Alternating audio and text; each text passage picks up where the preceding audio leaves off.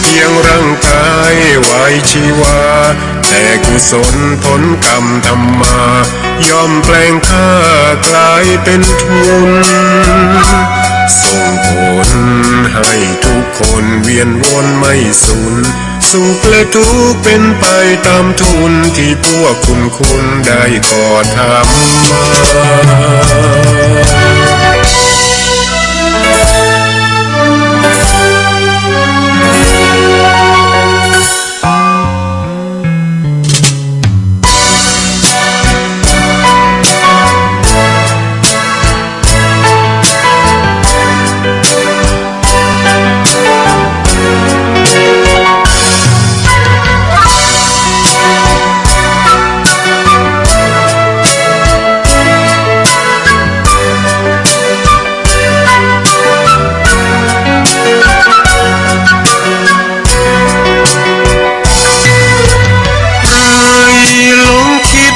ปิดอัตตาว่าใจแจ้งกมลแม้นใครปลงได้คงสุขล้นชีวิตมีมองมนเกิดมาเป็นคนสมบูรณ์ดับหายเพียงร่างกายไว้ชีวาแต่กุศลผลกรรมทำมาย่อมแปลงค่ากลายเป็นทุนส่งผลให้ทุกคนเวียนวนไม่สูญสุขและทุกข์เป็นไปตามทุนที่พวกคุณได้ก่อทำมา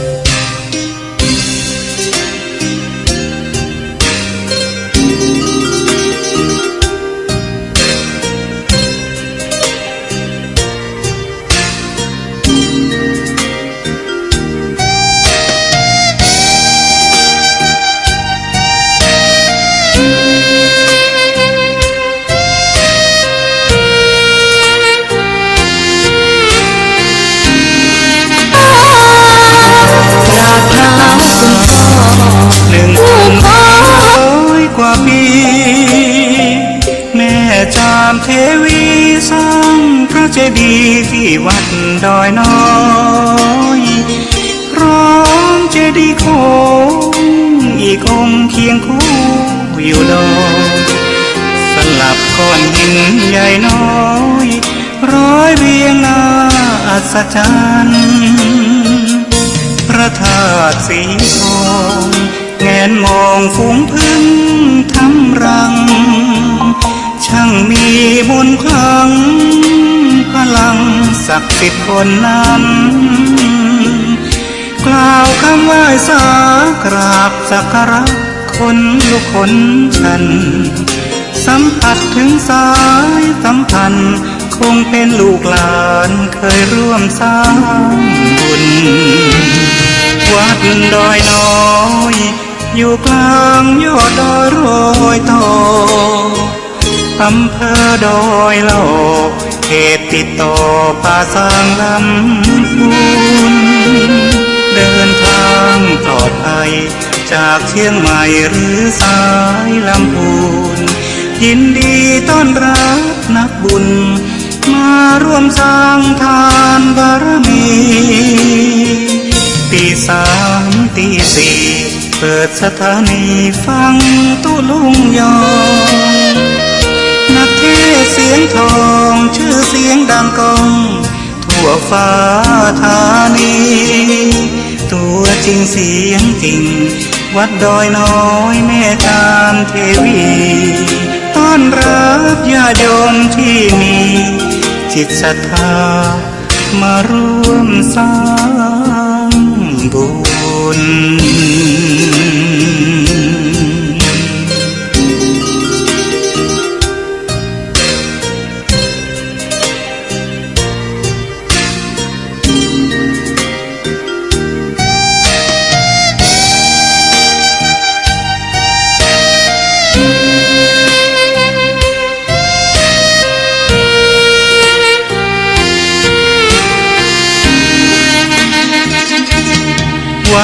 ดอยน้อยอยู่กลางยอดดอยโรยต่ออำเภอดอยหล่อเขตติดต่อภาษางลำพูนเดินทางปลอดภัยจากเชียงใหม่หรือสายลำพูนยินดีต้อนรับนักบุญมาร่วมสร้างทานบารมีตีสามตีสี่เปิดสถานีฟังตุลุงยองนักเทศเสียงทองชื่อเสียงดังก้องทั่วฟ้าธานีตัวจริงเสียงจริงวัดดอยน้อยแม่จามเทวีต้อนรับญาติโยมที่มีจิตศรัทธามาร่วมสร้างบุญ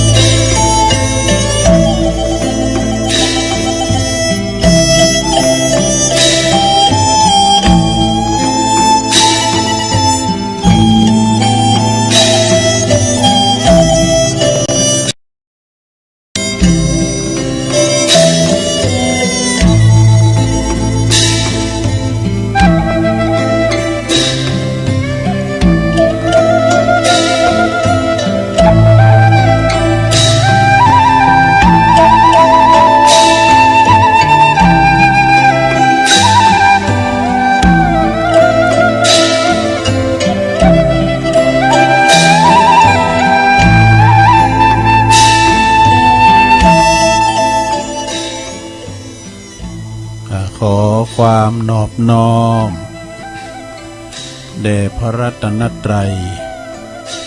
อันมีพระพุทธพระธรรมพระสงฆ์เป็นสรณะที่พึ่งกราบแนบไต่ไหวสาถวายความเคารพมายังครูบาอาจารย์พระมหาเถรานุเถระท่านเจ้าคณะพระสังฆาธิการพระภิกษุสามเณรเจ้าจุโต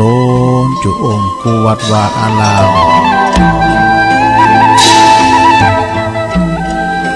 เจริญพรมายังบรรดาพ่อแม่พี่น้องปออกไม่ออกศรัทธาตันสาธุชนคนดีต่างหลายเนาะปอหลงแม่หลงปอลุงแม่ป่าปีป่าหน้าเอาอาศรัทธาตีนจ้องห้องวัดเฒ่าแก่หนุ่มกำใจยิงต่างหลายเนาะอันเป็นกีฬานุปถากสันนิบาตตานเข่าแต่ลูกเจ้าตื่นจืนขึ้นมาก็ได้มาฟังรายการสัพเพเหระปกิณกะขอนลุงไก่แจงรายการเสียงธรรมแสงทองซึ่งก็ดำเนินรายการโดยตนโตแห่งอาตมาภาพเก่ากระผมตุลุงนันชัยวัฒนาคเสโนแห่งวัดพระธาตุดอยน้อยตำบลดอยหล่ออำเภอดอยหล่อจังหวัดเชียงใหม่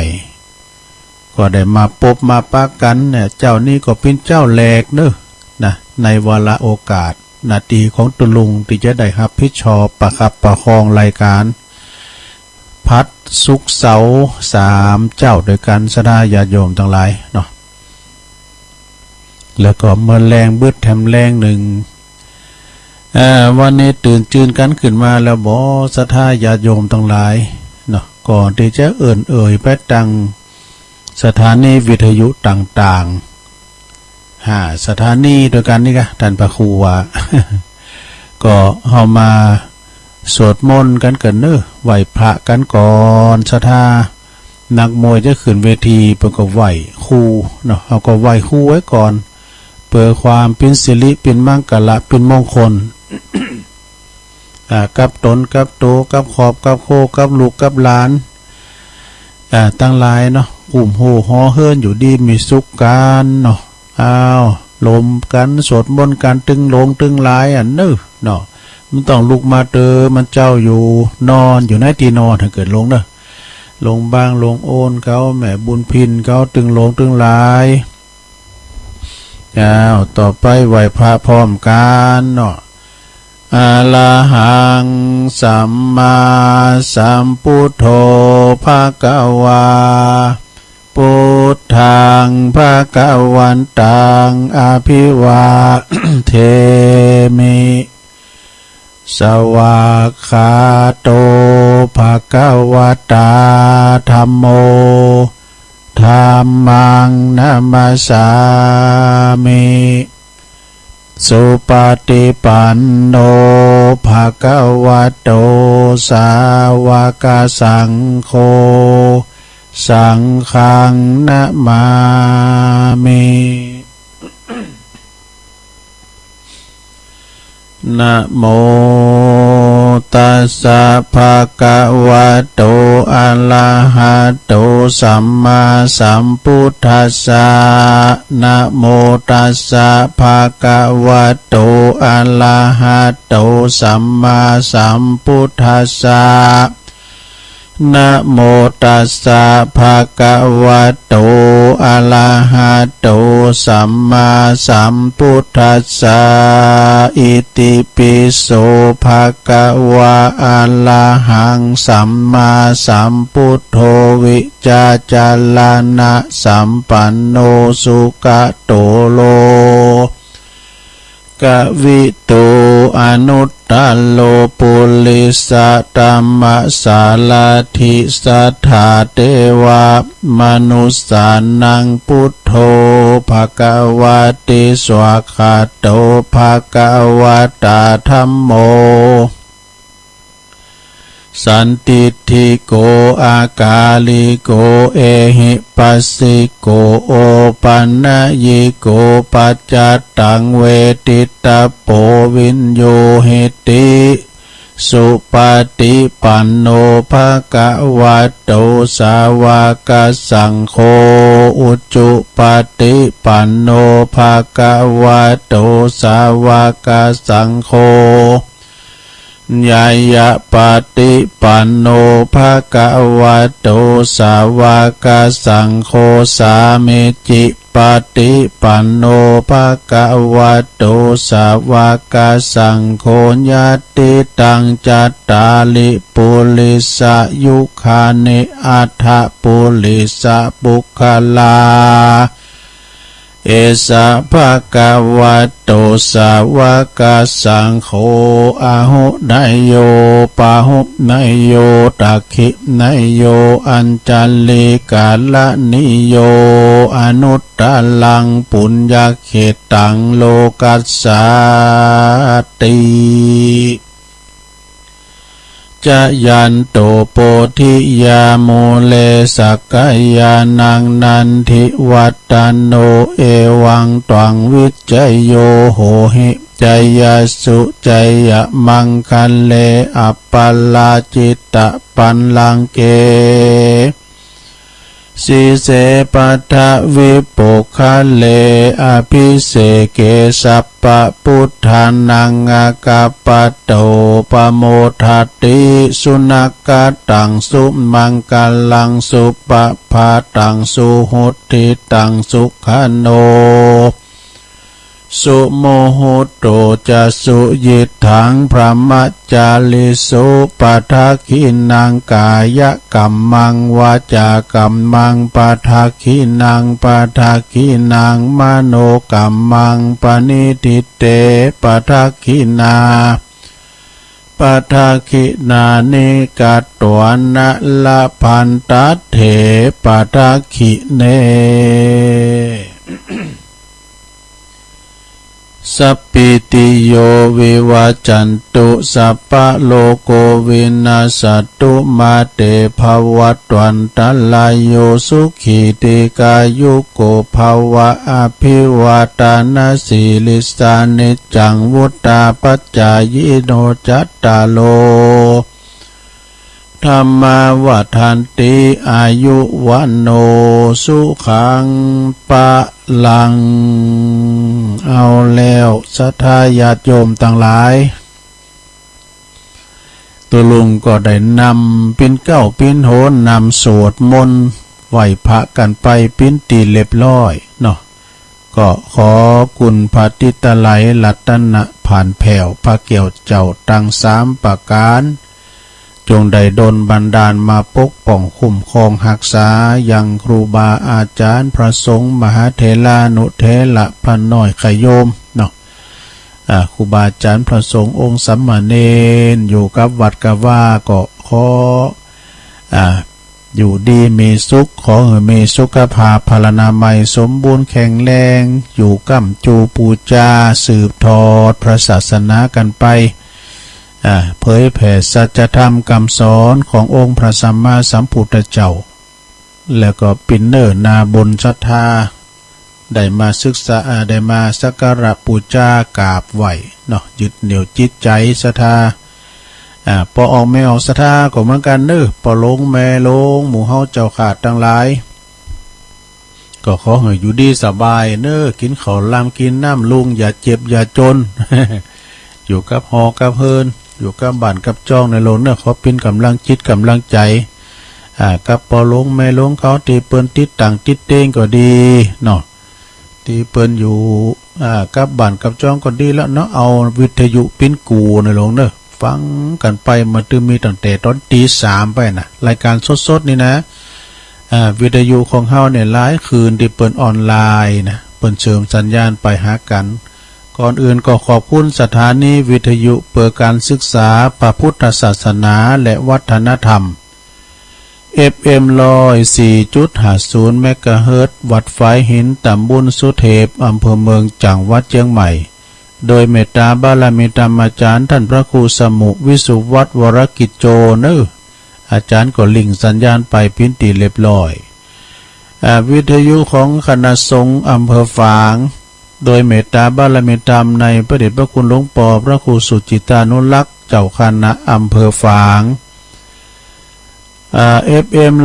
100.25 เมกะเฮิรตซ์ตั้งอยู่ณที่วัดพระบาทอุดมน้ำบ่อสาวาสำนักวิปัสสนา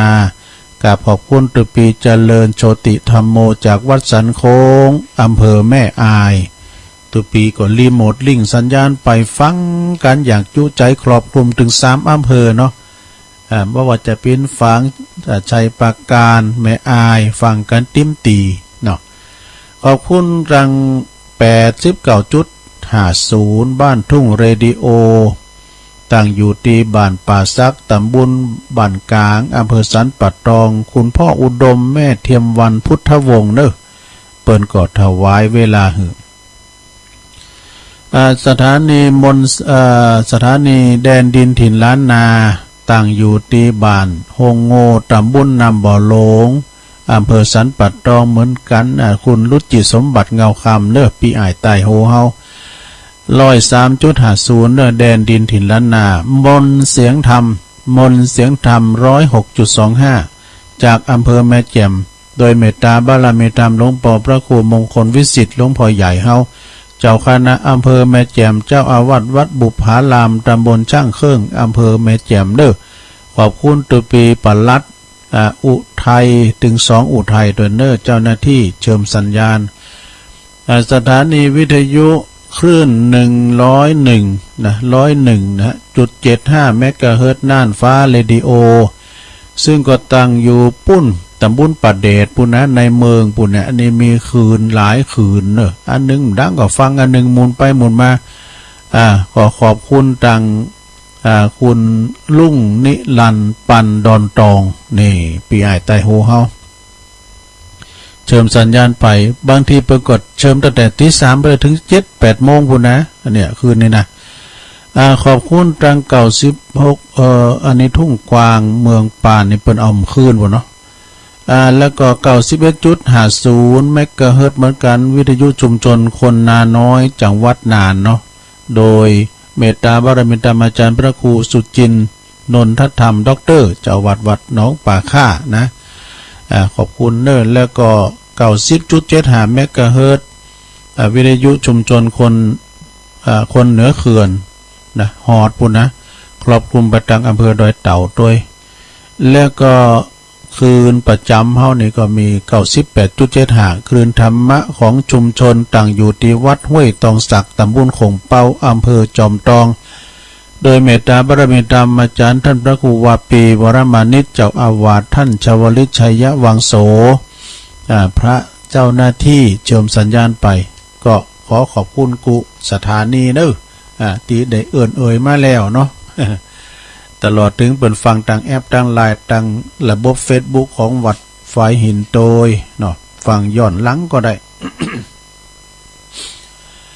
วันนี้มาพบมาปะกันก็ตรงกับวันนี้วันที่11แล้วเนอะศรัทธาญาติโยมทั้งหลายวันพฤหัสบดีที่11มีนาคมนี่พุกจะปินวันหอทำแล้วโยมเอ๋ยวันนี้13ค่ำเดินแฮมนะเดิน6แฮมมาละ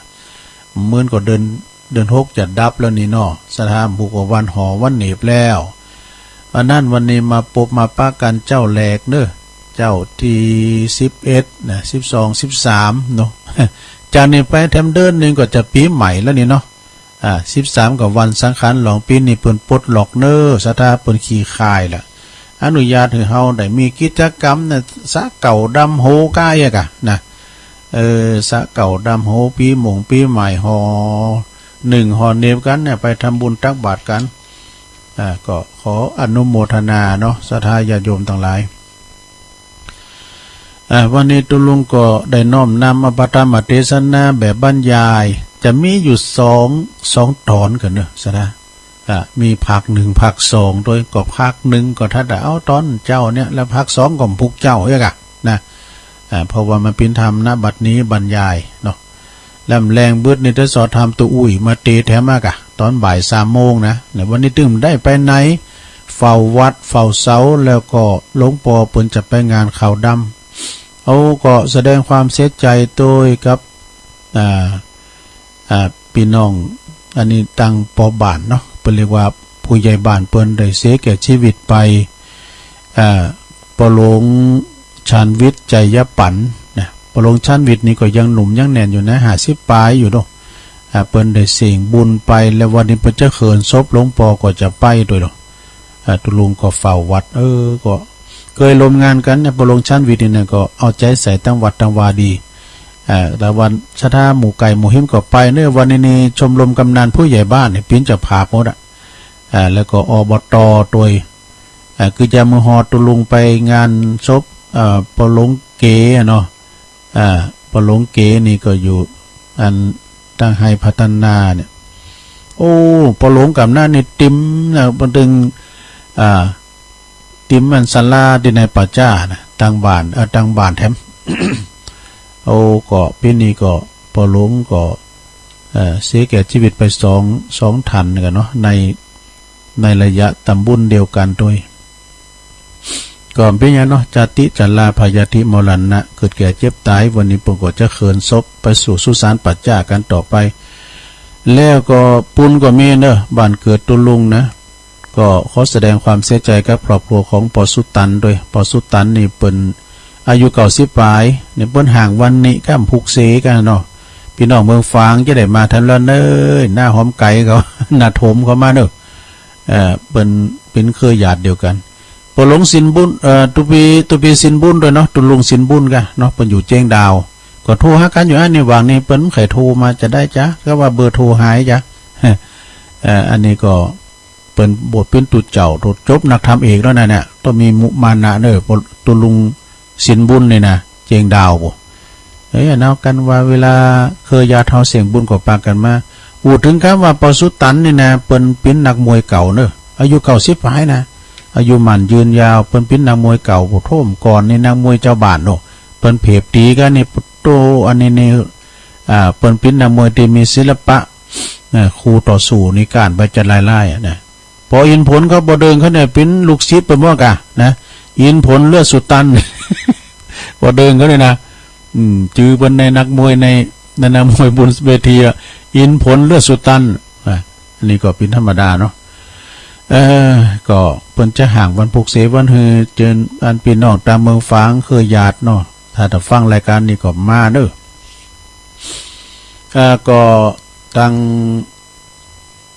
อาตมาก็ขอขอบคุณไปตัง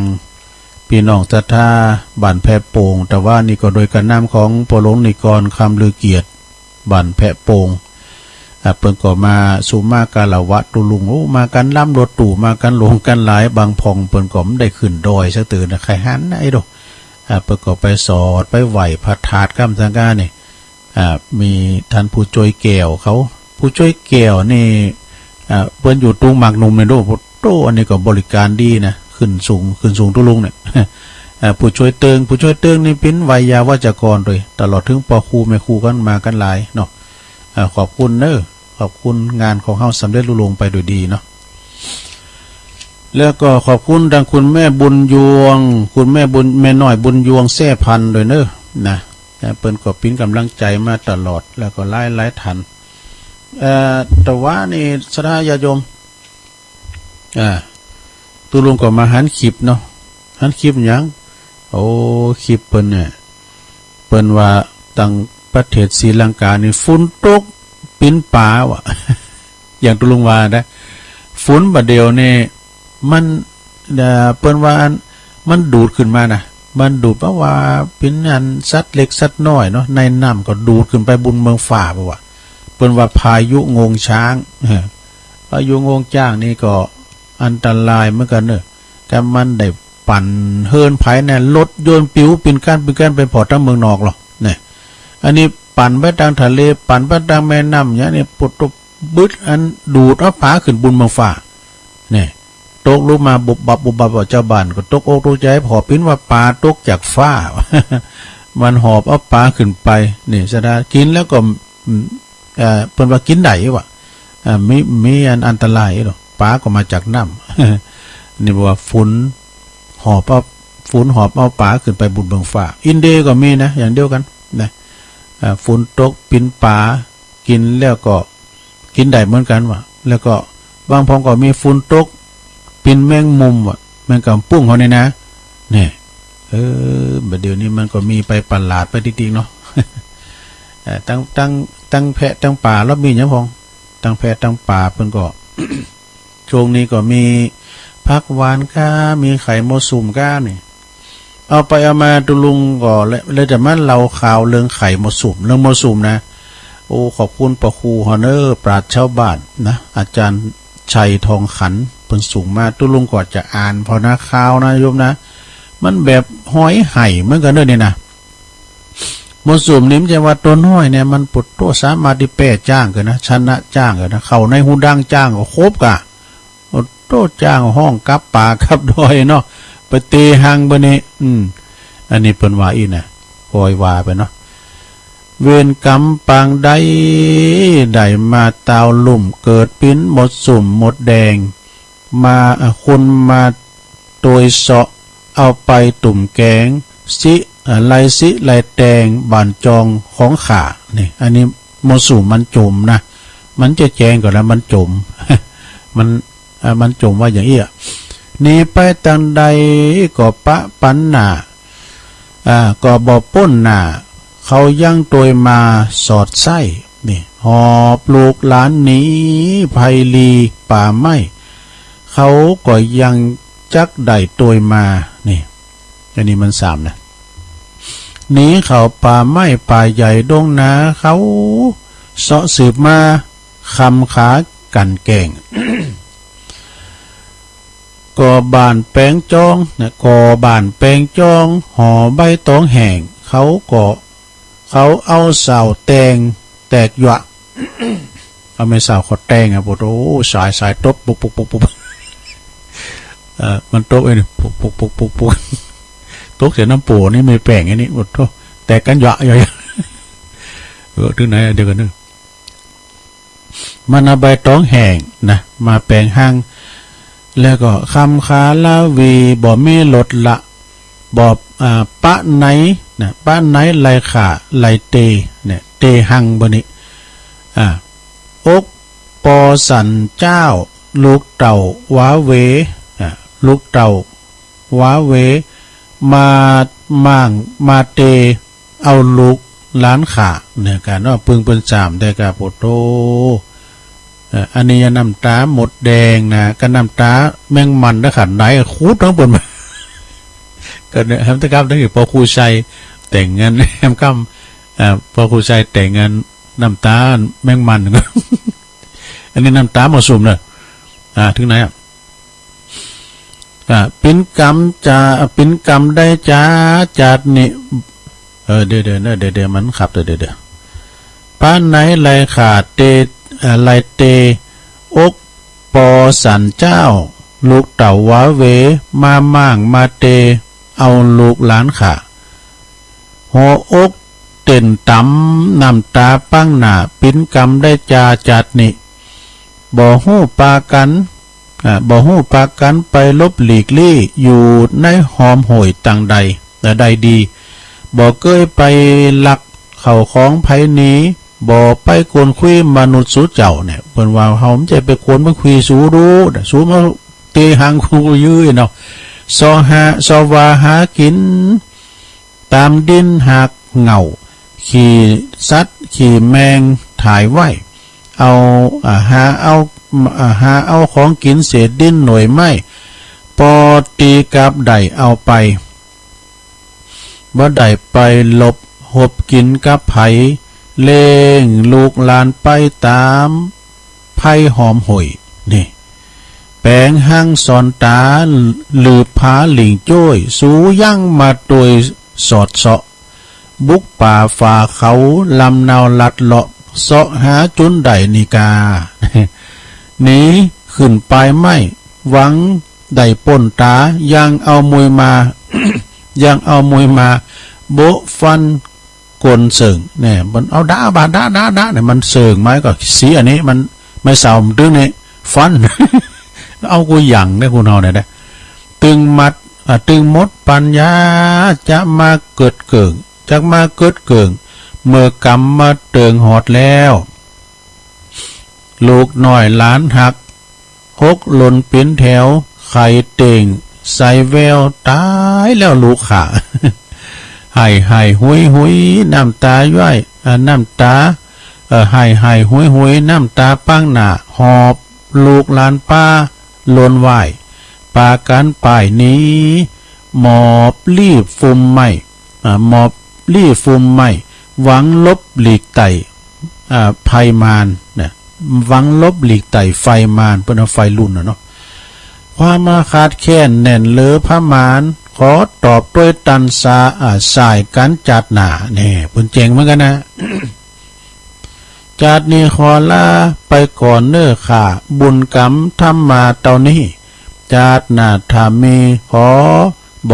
บลบหลีกลี่กอยขอใจหนีกรรมเวรจัดนี้บอดตาจัดหนาขอเป็นจำศีลบำเพ็ญบวชเป็นพระเจ้านี่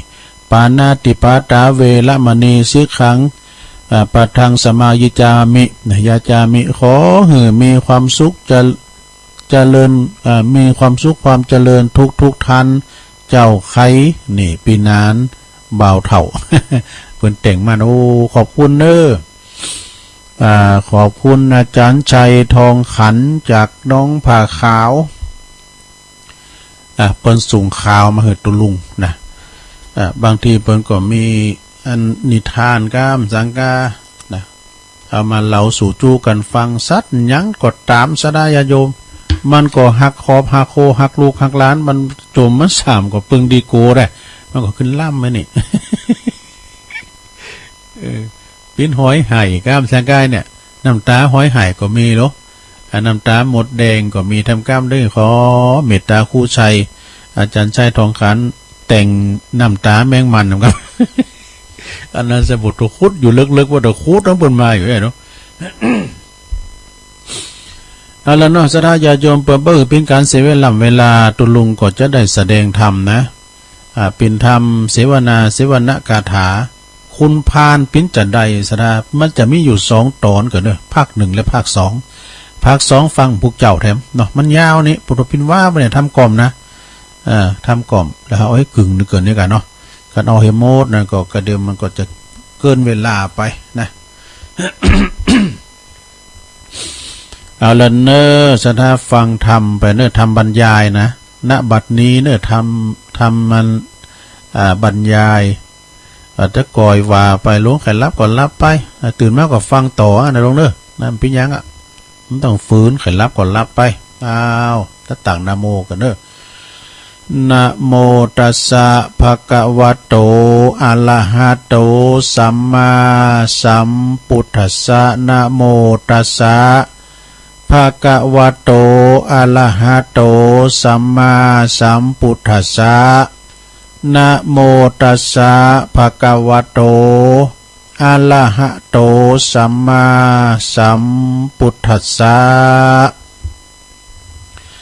อเสวนา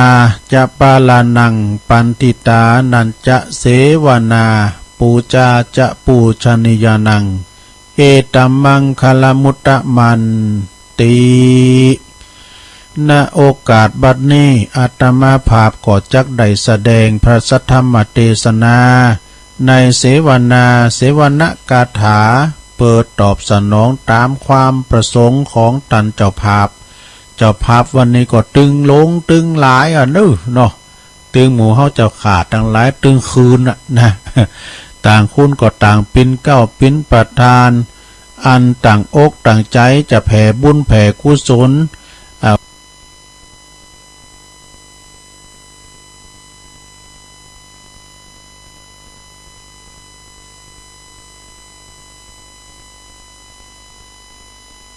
ปินประทาน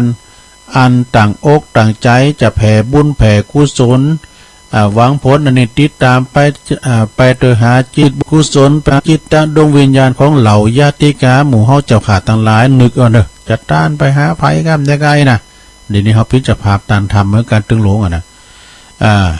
ตุลุงก็ขออุทิศบุญกุศลแผ่พายย้ายบุญไปหาปอสุตตันกัมนะปอสุตตันที่เปิ้นอยู่บ้านห้วยอ้อเปิ้นก็เสี่ยงบุญไปเปิ้นเขาวัดเขาว่าปิ้นประจำเด้อคุณแก่นี่ไปฟังธรรมไปเนี่ยเป็นครูวันศีลนะปอสุตตันและตลอดถึงศรัทธาติเปิ้นตลอดถึงญาติกาวงศาที่ไปสู่ปาราโลกไปหน้าก็ขอให้ทุกท่านได้เสียสละเวลาฟังสักเล็กสักน้อยนะตั้งใจสดับรับฟังพระธรรมเทศนาพิจารณาไปตามเหตุตามเนื้อเลิงตั้งแต่ต้นจนจบเนื้อสถานแต่พักนี้พักแรกอยู่เนาะเทศนาว่าโดยอเสวนา กาถาก็คือเว้นจากการคบคนชั่วคนพาลเป็นมิตรหนึ่งแล้วก็คบหาแต่บัณฑิตะคือบัณฑิตหนึ่งแล้วก็ควรปูจาบุคคลที่ควรปูจาหนึ่งดังนี้กรรมว่าคุณพานั่นสดาญาติโยมทั้งหลายมีลักษณะเป็นอย่างไรจานะเปิ้นก็ตึงหูกันโดคนพานี่ก็มีนิสัยมักโลภมักลายวะบังคับบังเอาของคนอื่นเอาแต่ได้ฝ่ายเดียวมันตึงบ่ฮู้บาปบ่ฮู้บุญบ่ฮู้คุณบ่ฮู้โทษวะมักดื่มสุราไอพองไอเวิง แล้วก็เป็นอาจินชอบลักเล็กขโมยน้อยนี่คุณพานะพี่จะอีดูสอบขโมยลักขโมยสอบมูสาจุลายเปิ้นหือตกเบเสของมีวาจาปอกปิ่นปอกกลับไปกลับมาไปมาปากว่าอย่างหนึ่งแต่ใจว่าทำอย่างหนึ่งคือจะทำแต่ความชั่วแต่จะทำแต่ชั่วแต่บาโกบาปนี่เรานี่เป็นเรียกว่าคุณพาลสถานเนาะคุณพาลนี่นะคุณพาลนั้น ถ้าอยู่ที่ไหนเนาะ ก็ยอมจะเดือดร้อนที่หันอยู่ที่ไหนเดือดร้อนที่หันถ้าบุคคลใดไปคบกับคนพาลเป็นมิตรยอมจะนำพาชีวิตมาไปในทางเสริมเสียแล้วก็หายนะใดก็เพราะว่าคุณพาเนี่ยมีสันดานหยาบจ้าถ้าเฮาไปคบเฮามีความเดือดร้อนเนาะสมมติว่าเฮามีความเดือดร้อนสมมติว่าเฮาไปคบคุณพานะเฮามีความเดือดร้อนประการได้ประการหนึ่งก็ตามเนาะเฮาก็ไปขอปรึกษาหาลือช่วยคิดช่วยอ่านหน่อยล้อจะได้ปัญหามันมีอย่างอี้ขอช่วยแก้ปัญหาให้หน่อยนะ ค คนพานมันก็จะมักจะอุออกมาว่า โอ้คิงไปต้องเดือดร้อนหยังเรื่องตะอีเรื่องเล็กเรื่องน้อยใส่ไอ้ไปกะบะ ใส่เหล้าเข้าไปกะบะวะนะอย่างอีก็มีนะศรัทธาญาติโยมต่างหลายก็เฮามีความเดือดร้อนมีความคับแค้นในจิตในใจบ่ฮู้ว่าจะไปปึงไปอิงไผก็ไปขอปรึกษาหารือกับมันแทนที่มันจะช่วยนะช่วยคิดช่วยอ่านหือเฮาทำอย่างอั้นทำอย่างอีกบ่มีนี่เฮาเดือดร้อนคับแค้นคับแคบอยู่แล้วเนาะอุปมาก็ดังว่าคุณกำลังจะจุ่มน้ำไม่นะเนาะถ้าเขายืนมือมาหาขอความช่วยเหลือจากเฮาแล้วเฮาซ้ำอยู่เขาแล้วเขาลุงไปติ้งเขาแล้วเนี่ยมันก็ไปป้อมมันก็จุ่มด้วยกันไปกะอันนี้แหละนะญาติโยมทั้งหลายเป็นวันนิสัยของคุณพานเด้อภาคแรกนี่จะมีแต่คุณพานก่อนนะ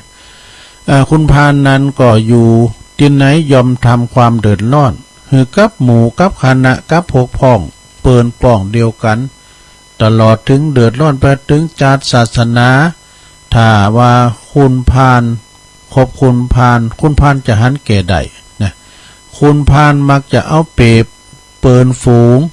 ตลอดถึงสังคมแล้วก็ส่วนโลมตัวเช่นว่ามีวัดว่าอารามเนี่ยเปิ้นกำลังมีการมีงานต่างๆปาเวณีก็ดีคุณติมวัดติมว่าหรือว่าเปิ้นพี่น้องเจ้าบ้านเปิ้นมีงานปอยงานศพก็ดีตลอดถึงงานสร้างก่อสร้างห่างแปลงอย่างต่างๆนี่นะแรงแห่งงานก็ถึงบัดจวยเปิ้นยกเข่ายกของบัดจวยเปิ้นสุมปูนนี่นะเนาะบัดจวยเปิ้นสุมปูนอย่างสักอย่างเนี่ยเปิ้นว่าแห้งก็บัดจวยทรัพย์สินก็บ่ออกจวยเปิ้นว่า มันก็ถึงบาหาหนาตา หรือว่ามาเติมมาจวยเลยมาเหมือนกันแต่มากินว่ะมากินแล้วก็อิ่มต้อนแล้วก็หายแซ่บหายสวย อันนี้ลักษณะคนพานนะนี่แหละคบคนพานนะสะดาอันนี้นิสัยคนพานเนอะอันนี้เป็นเขียนมาอีกนะในธรรมนะสะดาเนอะลุงจะแต่งเขานะการคบคนพานปิ้นมิดนั้นก็จะได้เปิงมันก็อยากดังกรรมที่เปิ้นบอกว่ามันแต่ปากนะใจในบ่ตามฟูงามนำใจสวยหนา คนพานนั้นยอมยามเมื่อเฮาอยู่ดีมีกินนี่นะ เฮามีเงินมีทองนะมันก็จะมาอยู่ไก่ต้อมกินต้อมไต่ด้วยเฮา ลองเวลายามใดเฮาตุกไหลเข็นใจนี่เฮามีเงินมีทองมันก็จะหนีหน้าไปเลย มันจะหนีหน้าบ่ฮือเฮาหันหน้าหันตาว่ะอันนี้แหละญาติโยมทั้งหลายนะบัณฑิตตันจึงเปรียบเทียบคนพานไว้ว่าเหมือนเสมือนว่าเหมือนปลาเน่าเนี่ยเปิ้นเปรียบเหมือนปลาเน่านะคุณที่เปิ้นบัดดี้เนี่ยแสดงบนว่านะส่วนว่าเฮาเนี่ยไปคบคุณส่วนว่าเฮาตัวเฮาเนี่ยเป็นผู้ที่ไปคบก็เปรียบเหมือนว่าเทปเหมือนเสมือนว่าปินใบตองว่ะ ปินใบใหม่ใบตองถ้าเฮาเอาไปห่อหุ้มปลาเน่าก็จะมีกลิ่นเหม็นด้วยกันไปเลยนี่นะชั้นได้ก็ชั้นนั้นนะถ้าคบคนพาลนะถ้าคบคนพาลก็จะมีแต่เรื่องราวที่เดือดร้อนต่างๆนาอันตีอันนี้ก็พิษศีลพิษธรรมพองเนี่ยพิษกฎหมายพองพิษจารีตประเพณีอันดีงามไปพองนี่นะนี่แหละคบคุณพาลดังภาษิตเนาะดังมีพุทธภาษิตที่เป็นกล่าวไว้ว่าภาษิตคุณเมืองนะคบคุณพาลจะพาไปหาพิษคบบัณฑิตจะพาไปหาผลนี่คบคนชั่วพาตัวยากจนดังนี้เป็นต้นเนาะญาติโยมทั้งหลายว่าตีคุณตีเป็นคุณพาลมีสันดานหยาบจ้านั้นก่อนเนื่องมาจากการได้คบคนพาลเหมือนกันนั่นแหละนะพาลต่อพาลเนี่ย ก็จะเป็นพานมาบัจจัยจะเป็นพานมาแต่ต้องปอต้องเมนั่นก็บ่มีคุณตีจะเป็นนักเลงเป็นอันธพาลการกินเหล้ากินยาฝิ่นเฮโรอีนดุมกาวผงขาวต่างๆลักขโมยนี่จีป่นทำลายกับคนอื่นนั้นใดก็สืบเนืองมาจากไปขบคนพาลเหมือนกันนั่นเองนี่มันปาวะกันโน่ มันปาวะกันเนี่ยคุณพาลในตินนี่นะเปิ้นก่อนยังว่าหมายถึงคุณเหมือนกันหมดอ่ะบ่ว่าจะเป็นเพศหญิงเพศชายทุกวัยทุกเพศทุกวัยนะบ่ว่าจะเป็นผู้ใหญ่หรือว่าเด็กก็ตามหรือว่าจะเป็นคุณหนุ่มคุณสาวก็ตามเนาะบ่ว่าจะเป็นหญิงเป็นชายการที่ว่าไปคบคุณผ่านยอมจะนำปาชีวิตไปในทางเสริมเสได้นะหาความเจริญบ่ได้ ดันจัดว่าเป็นกาลกินีวะเป็นกาลกินีตัวคืดตัวจ้าอีจ้าเนาะเป็นอัปมงคลคือความบอดีคือความบอดีเป็นตั้งแห่งความชิบหายเนอะฉะนั้นทันตีวังความเจริญแล้วนะปากันเว้นจากการคบคนพาลไปไกล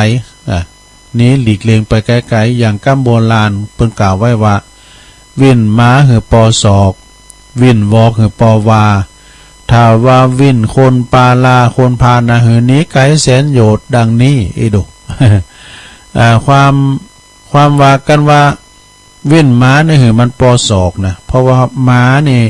เฮาบ่ฮู้ว่ามันจะปิ้นมาให้หรือมาดีนะถ้ามันปิ้นมาให้หรือว่าปิ้นมาว่อปิ้นมาบ่าแล้วมันก็จะกระโดดใส่เฮาจะคบเฮาก็ยังจะเฮาก็ยังงั้นจะหลีกเลี่ยงใดเต้นอยู่นะเว้นมันไกลๆปอระยะประมาณ ส่วนว่าวินวอกสัตว์นี่วอกนี่เป็นสัตว์ที่กระโดดไกลนะอีวอกเนี่ยโดดไกลกว่าหมาเนาะฉะนั้นเปิ้นจึงบอกเว้นวอกปอวา คือว่าเว้นปอวานี่ก็ส่วนว่าคนพาลนี่นะคนพาลนี่เป็นว่าหลีกเลี่ยงไปไกลๆปอโยดว่ะปอโยดนี่มี16กิโลนะทุกเพราะมันมีโตดหนักหนาเนี่ยก็วันนั้นดูซะนะวันใดเนี่ยตัวลุงมาวาน่ะเศรษฐีตุกยากก็ไปคบคุณพาลนะรู้ ลูกตันเศรษฐีนี่พอแม่ตายละเขาของสัมปติอันนั้นก็จ่อยเมื่อเนี่ยก็ไปคบคุณพาลนั่นนี่ไปคบคุณพาลก็ป้าไปกินไปแอวไปลิ่นการพันนั่นปันพันนั่นต่างๆเนี่ยกะจนมดเนื้อมดโตเลยกำเขาเบิ่งหมอขอกินกับพี่น้องเจ้าบ้าน นี่นะนอกจากนั้นท่านก็เว้นจากคุณพาลแล้วนอกจากเขาจะเว้นจากคนพาลแล้วยังท่านยังแนะนำอันนี้พบคนบัณฑิตแล้วกันเนาะเพราะว่ามันมีโทษเนาะคบคนพาลมันมีโทษหนักหนานอกจากท่านจะเว้นจากคนพาลแล้วท่านก็ยังแนะนำไปคบบัณฑิตเนี่ยคบแต่บัณฑิตะคือว่าผู้ฮู้นักปราชญ์เมธีหรอเนี่ยนะไปคบเปิ้นนะญาติโยมทั้งหลายเปิ้นว่ากัมโบราณว่าบัณฑิตเปิ้นว่าบัณฑิตในตินิก็ขอให้ท่านได้เข้าใจก่อนว่าบัณฑิตนั้นบัจจัยว่าจะเป็นคุณมีความรู้สูงหรือว่าเป็นเศรษฐีมหาเศรษฐีมีข้าวของเงินทองมีทรัพย์สินสมบัติมากมายร่ำรวยมหาศาลบัจจัยว่าแล้วก็มีจิตใจแต่ว่าเป็นอย่างนั้นแล้วก็มีแล้วมีจิตใจชั่วช้านี่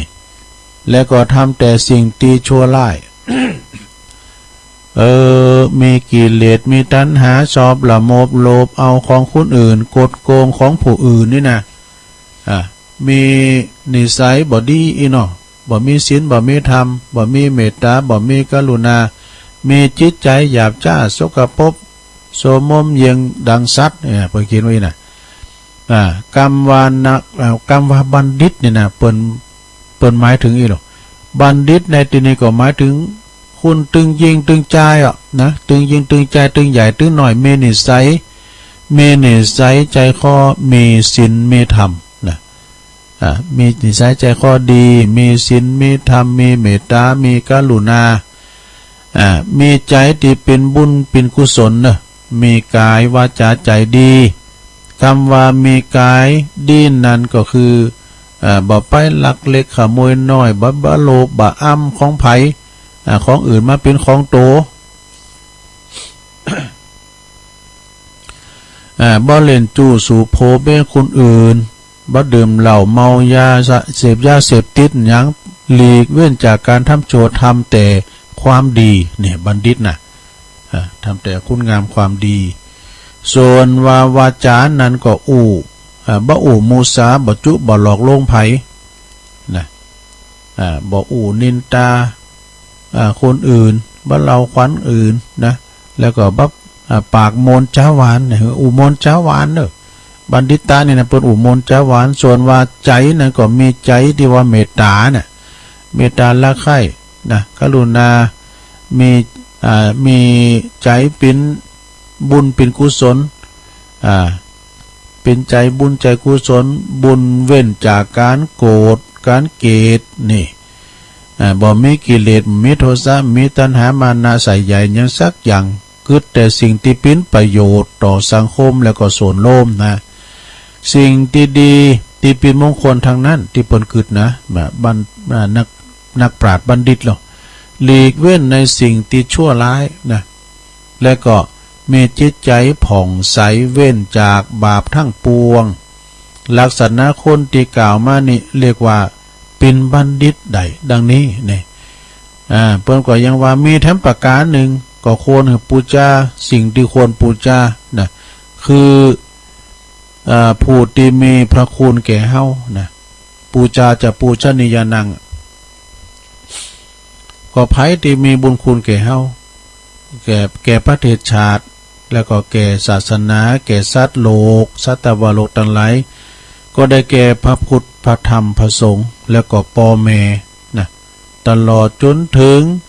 พระมหากษัตริย์นะอุปชาครูบาอาจารย์นี่อันนี้เปิ้นเป็นครูบาอาจารย์ปู่ย่าตายายเนี่ยเอาปูชาแท้ๆเนาะแล้วก็ผู้ที่มีพระคุณต่อเฮาเป็นต้นนะการปูชาในสิ่งที่ควรปูชานั้นก็นับว่าเป็นมงคลอย่างยิ่งเด้อเป็นมงคลอย่างยิ่งซึ่งก็จะนำพาชีวิตเฮาเข้าสู่ความสุขความเจริญนี่ดังบาลีดังบาสิตเบื้องต้นว่าอาเสวนาจะพาลานัง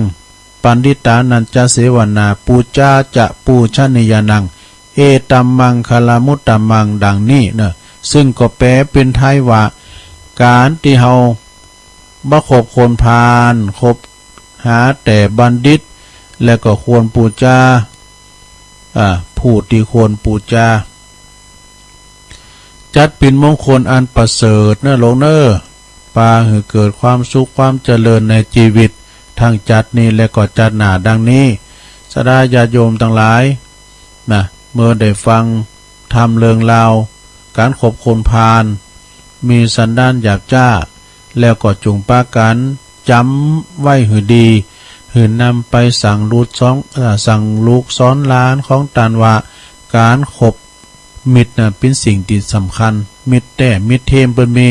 การขบคนพาลนั้นบอดดีบุคคลใด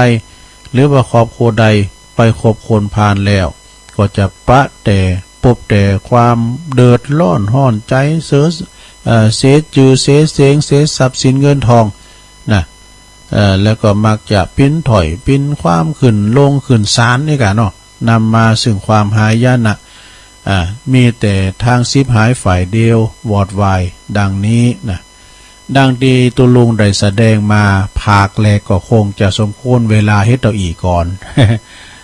ค่อยติดตามในตอนต่อไปพรุ่งนี้จะเล่าถึงเรื่องคุณปากย่อยนะยาปากย่อยนะซะนะเคยได้ฟังกันแล้วกันคุณปากย่อยนี่นะอันนี้เป็นบทแรกนี่เป็นขบคนพาลอยู่ขบคนพาลอยู่ภาคสองเนี่ยก็จะเป็นคล้ายๆกับนิทานเหมือนกันนะเป็นถ้ำได้ผูกนึงเด้อนะก็ผูกเดียวกันนี่แหละเปิ้นว่ามีแม่ยิงคนหนึ่งเนี่ยเป็นลูกเศรษฐีกันนะดู โอ้ก็คล้ายๆกับอันลูกเศรษฐีขอทานเหมือนกันเนอะแต่มันปากยอยปากเจ็บเนี่ยมันจะเป็นจะใดขึ้นได้เป็นมเหสีของพญาเจ้าเมืองกันเนี่ยจะเป็นอย่างไรก็คอยติดตามต่อไปนะแสดงดำพักแรกมาก็พอสมควรแก่กาลเวลาก็ขอสมมุติหยุดที่ลงปรุงไว้เพลงเต้าอีเอวังก็มีด้วยประการฉนี้สาธุสาธุสาธุจบไปพักแรกลง ตัวย้ำเตะทำสักการะตัวเนี่ยก็วายนี่บอมแล้วก็ย้ำอื่นเสียอ่ะโอ้ก็มันคุณรับฉบับในหลวงออก อย่างตุลุงเนี่ยคุณที่เป็นนางไก่โตก็ตัวเจ้านี่ย้ำเตะทำเลยก็เพิ่นบรรยายอยู่หันโอ้ย คุณเพิ่งเข้าใจอะไรนะก็เป็นธรรมดาเนาะธรรมดาเนาะก็แน่น้ำเหมือนเพิ่นหูเพิ่นเข้าใจก็แล้วฉะนั้นก็สดาญาโยมทั้งหลายวันนี้ก็เป็นวัน13ค่ำผู้ก็โอ้วันเวลาก็หอนว่าโวยแต่เน้อเนาะหอนว่าโวยแต่บัดเดี๋ยวนี้เดือนมีนาก็วันที่11แล้วเนี่ย11โอ้ก็ลูกนี่ไปมีนาเมษา12 13เปิ้นยุดยาวนะปีใหม่ปีเนี่ยสดาเปิ้นยุดยาวอย่างใดก็คือว่ามันเนี่ยกะปีใหม่เฮาเนี่ยกะเนาะปีใหม่สงกรานต์นะโอ้ยปีนี้ฟื้นฟูอย่างเก่าอย่างเดิมเนาะแต่ว่าน้ำก็แห้งเหมือนกันนะบัดเดี๋ยวเนี่ยภัยแล้งมันก็มีพองแล้วก็ไข่ฝุ่นตกมาก่อนเดือนจะถึงปีใหม่เทกัมนะเนาะลิ่นหาอึงหาเข้าไอ้กัมนะคือมันดับไฟป่าคือมันพอประได้คือมันลงนี่นะเนาะอย่างนี้เนี่ยก็เอาเขากำขึ้นมันก็มีนะPM 205มันห่มหันได้โลเนาะขึ้นมันก็มีอย่างเงี้ยมันเป็นหมอกเป็นควันเนี่ยนี่เอาเขาก็ดังเต้นอันนี้ลงเนี่ยอีดอก ต่อไปก็ยังมีเวลาเปลืออยู่ตุลุงก็จะเอานี่มาวานทำกรรมหนึ่งก่อนสุมาเนี่ยใครขี่แลนหาขอนไข่นอนแลนหาสาลีเนี่ยใครขี่ก็ลุ้นหาขอนไข่นอนก็ลุ้นหาสาลีอันนี้เป็นกรรมบักเก่าเนอะในหนังสือของแม่แดงดอกตะล่อมรัตนาก็เป็นกรรมของปอครูอำนวยกะลำพัดเนาะเปิ้นได้เต็มเขียนไว้อย่างเปิ้นว่าน่ะงูบ่ถึงไหนแข้งมันแล่นหาค้อนอันนี้ก็อย่างเดียวกันน่ะ งูจะถึงไหนแข้งแต่มันแล่นหาค้อนก็คือว่าคุณเฮานี่มันบักกระตือรือร้นนะเปิ้นว่าขี่แต่ใครขี่ล้นหาค้อนไข่นอนล้นหาสาลีหาศาสตร์หาศาสตร์ก็หมายถึงอีเนอะเมื่อถึงเวลาปวดต้องเจ็บต้องไข่ถ่ายนักถ่ายเบ้าก่อนแลนไปหาตีนนางถ่ายวะนะตีเฟอตีนางหาคอนไม้ตีจะเปิดที่นางถ่ายแล้วก็เมื่อว่าเฮาจะนอนก็แลนหาตีนอนก็วิ่งซอหาเสือสาดมาปูนอนเนี่ย ก็ความหมายก็คือติเตียนคนอื่นตีบ่มีความกระตือรือร้นอันยังเลยสุมาได้ลงเด้อติเตียนคนอื่นตีบ่กระตือรือร้นนะอย่างงูจะถึงไหนแข้งก็แล่นหาข้อนะกันเนาะบ่มีการวางแผนการงานลงหน้าปล่อยเวลาให้ผ่านไปวะปล่อยเวลาให้ผ่านไปโดยเปล่าประโยชน์เมื่อถึงเวลาแล้วก็โอ้มากะวีกะวอด กะวีกะวาดแล้วก็ทำอย่างเราสมมติว่าการฝีมือเนาะแว่งเกินถึงติดแต่มาทำไปนะเวลามันหีบเนาะก็เย็บไปตึมดิ่มงามไม่คุณภาพงานนะคุณภาพงานออกมาก็บดีสักเท่าใดอันนี้ก็คือหมายความว่า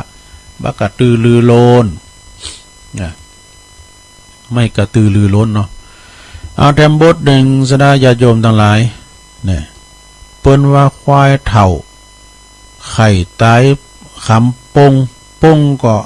หมายความว่าเป็นอันนี้กะมันคำปงมันเป็นปอดนี่กะโลปอดหนึ่งปอดนี่ตัวลุงเขาว่าเลี้ยงงัวเลี้ยงควายตามตะมองหอยขวางนี่นะฝุ่นต้มก่อนนี่มันจะอย่างบาดเดียวโลก3 วัน 7 วันตกอยู่หันเนาะจุดว่าลุงเฮินเนี่ยกันลุงเฮินก็ตาวเนี่ยมันจุดว่าขี่ใครคู มันฝุ่นตกมือน่ะเนาะแล้วก็การเฮาไปตังแพะตังป่านี่มันเป็นปอดถูกซะนะงัวควายเดี๋ยวจะมาหลุมปอดนี่ได้หามกันออกกันนะอย่างควายเถ่าเลยสำหายแหละควายแม่อันน่ะควายเขาปเสียวซับอ่ะ ควายแม่เยอะ แล้วก็ตุลุงก็ไปลากฐานเนาะลากฐานเป็นสมัยรอดหรอโง่เนี่ยนะโง่รอดเนี่ยนะซะนะการมันเจอหลุมไหมนะมันเจถอยหลังมันไปหน้าติ๊กๆเฮ้ยพูดบันกว่านี่กึ่งฟักล่อกึ่งเว้นล่อโอ้ปอดแต่ปอดว่าอันเนี้ยเปิ้นว่าควายหลุมปอดเปิ้นว่าควายเถ่าไข่ตายยังคำปงนะคำปงกับปอดเนาะก็ความแก่อยากจะตายในป่าควายแก่อยากจะตายในป่าเนี่ยปงหรือว่าพงป่านี่นะเปิ้นเปรียบเปิ้นคุณเฮาเนี่ยเป็นคุณแก่อยากจะมีอยากจะมีเมสาวหัน โดยบ่าดูสังขารตัวเอง อันนี้ไปน้ำอย่างเนี่ยทำบทหนึ่งนะสระเนี่ยใครหือเปิ้นฮักหือมันทำการเนี่ยใครหือเปิ้นจังหือมันแอวมันลิ้นอดโทอันนี้แต้กันเนาะคนก่อนนี่เปิ้นจะเอาไผมาเป็นลูกเป็นโพน่ะเปิ้นจะซ้ำหัวมือหรอเปิ้นจะซ้ำหัวมืออย่างลูกเศรษฐีลูกไผน่ะที่ว่ามีคนเปิ้นจะเสาะหาลูกเขยเสาะหาลูกเขยก็อีลานางเอ้ยกันมึงจะเอาโผนะซ้ำหัวมือมันน่ะมือมันจ้าเปิ้นก็เลยสมัครลูกเขยเนี่ยไผจะมากก็อันเป็นลูกสาวพออยู่ตั้งบนเฮินนี่กะเอามือหลอนมาลูบหัวมือว่ะลูบมามือลุยๆเนี่ยรู้อันนี้เจ้าชายเนี่ยมืองามนี่การซะเตยไปผ่าน มาดำคุ้นก็ลูบกับมือลุยๆเมาเตอผ่านเนี่ยกาในตาบอดกาตาบอดน้ำใสเนี่ยเนาะก็ไปโคตรเข่าเนี่ยโคตรเข่าหนึ่งเนี่ยกะเข่ามันติดมืออย่ะมันติดมือในปุตโตจ้าพืช จ้าพืชเนี่ยนะปุตโตอันนี้ไอ้ปอยคุณเนี่ยเด้อเป็นค้างานมือพอกำพอจ้าพืชเอาไปมาเป็นคุณตาบอดอันนี้ก็เป็นเจของงานตุลุงทองนะเป็นก้ามมาเก่าตุลุงทองไป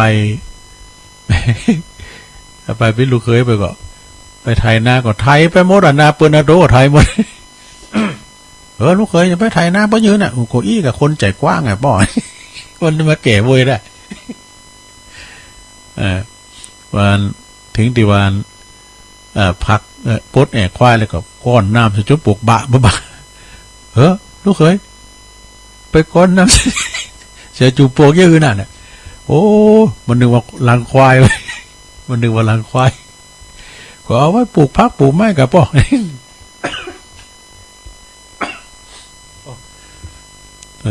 อันนี้กำตุลุงทองนะว่าฟังนี่มันโมนนะได้ทั้งบุตรกับตุลุงว่าปลูกเอาอันเปิดนะกินข้าวในยำเขา ยำแกง โอ้ลูกเขยยังมายำน้ำแกงอยู่น่ะพี่กามันฮ้อนมันหายดูมันหายมาดึงฟังอย่างไปกำโหดูกำโหพ่อเมย์สามโอ้ลูกเขยมากำโหพ่อเมย์ยี่ ก็หันโมเมนต์ใบนะเอาใส่โผยป้อจับพอดีนี่มันรักนะน้องสดาโอ้ถึงไหนล่ะไข่ไปไข่หือเปิ้นหักหือมันทำการไข่หือเปิ้นจังหือมันแอวมันลิ้นนี่ก็หมายความว่าอีหน่อยสดาเด้ออยากคือคนอื่นหักสอบตัวเองแล้วเพื่อว่าต้องขยันมันเป็นทำการทำงานวะนะเยการไปเนี่ยแต่ไปสะการกลางหาวนะทำการทำงานก็เอามันปอวันคำถ้าว่าคุณเฮาในบรรยากาศดีนะครับจากอ่างบ่ายดีนะอยู่ที่ไหนก็ตามมาถึงกันคุณถึงมาหาที่เดียงานหนึ่งแล้วไปงานหนึ่งแล้วไปงานหนึ่งพอบรรยากาศดีนะเพราะว่าจะเป็นการฝีมือกาเนี่ยโบกปูนสาปูนหรือว่าจะปูกับเบิ่งก้าเนี่ยโทษกับบรรยากาศดีนะเปิ้นไปหาถึงเตียนะถึงการถึงมิตกงานถึงมิตกไปทีเดียวเนาะการทำฝีมือมันดีก้าอีนั่นก็เตอเดียวได้เนอะไปขี้ข้าเนี่ยนะเยแล้วก็ ย่างก็ย่างมือไหนนะ อยากจะหือคุณเปิ้นฮักก็ต้องทำการทำงานขยันหมั่นเป็นทำงานก็อยากจะหือเปิ้นอยากจะหือคนอื่นบ่ชอบนะหือเปิ้นจังนี่ก็มันเที่ยวเตะเฮฮาปินวันๆว่ะนะโดยที่บ่ต้องทำประโยชน์อย่างเลยดู อันนี้คำบักเก่าเนื้อชนะเด้อคำบักเก่านี่แน่นอนแต่เปิ้นว่าเป็นกล้ามตีกันกองมาจากที่ว่าเปิ้นอย่างเอกอย่างเปิ้นว่าการจำเป็นเขาเย็นจำอุ่นนี่กะเนี่ยเปิ้นเป็นกล้ามนี่นะเปิ้นว่าไปก่อนแล้วมันมีกรรมความหมายมันเด้อการจำเป็นเขาเย็นจำอุ่นเนี่ยเปิ้นหมายความว่าจะฮื้อลง เนี่ยได้ยินมันเมื่อกันนะการจำเป็นเขาเย็นจำอุ่นนี่นะเป็นความจำเป็นเนี่ยที่เกิดขึ้นกับคุณเฮานั่นนะเฮาจะต้องหาหนทางบำบัดหือหายลุ่งไปหือใดนี่ดูนะบางครั้งความจำเป็นเกิดขึ้นนะมันจำเป็นเนาะเฮาก็ต้องยอมแม่แต่ว่าจะมดเนื้อมดโตแม่ว่าจะมดเนื้อมดโตได้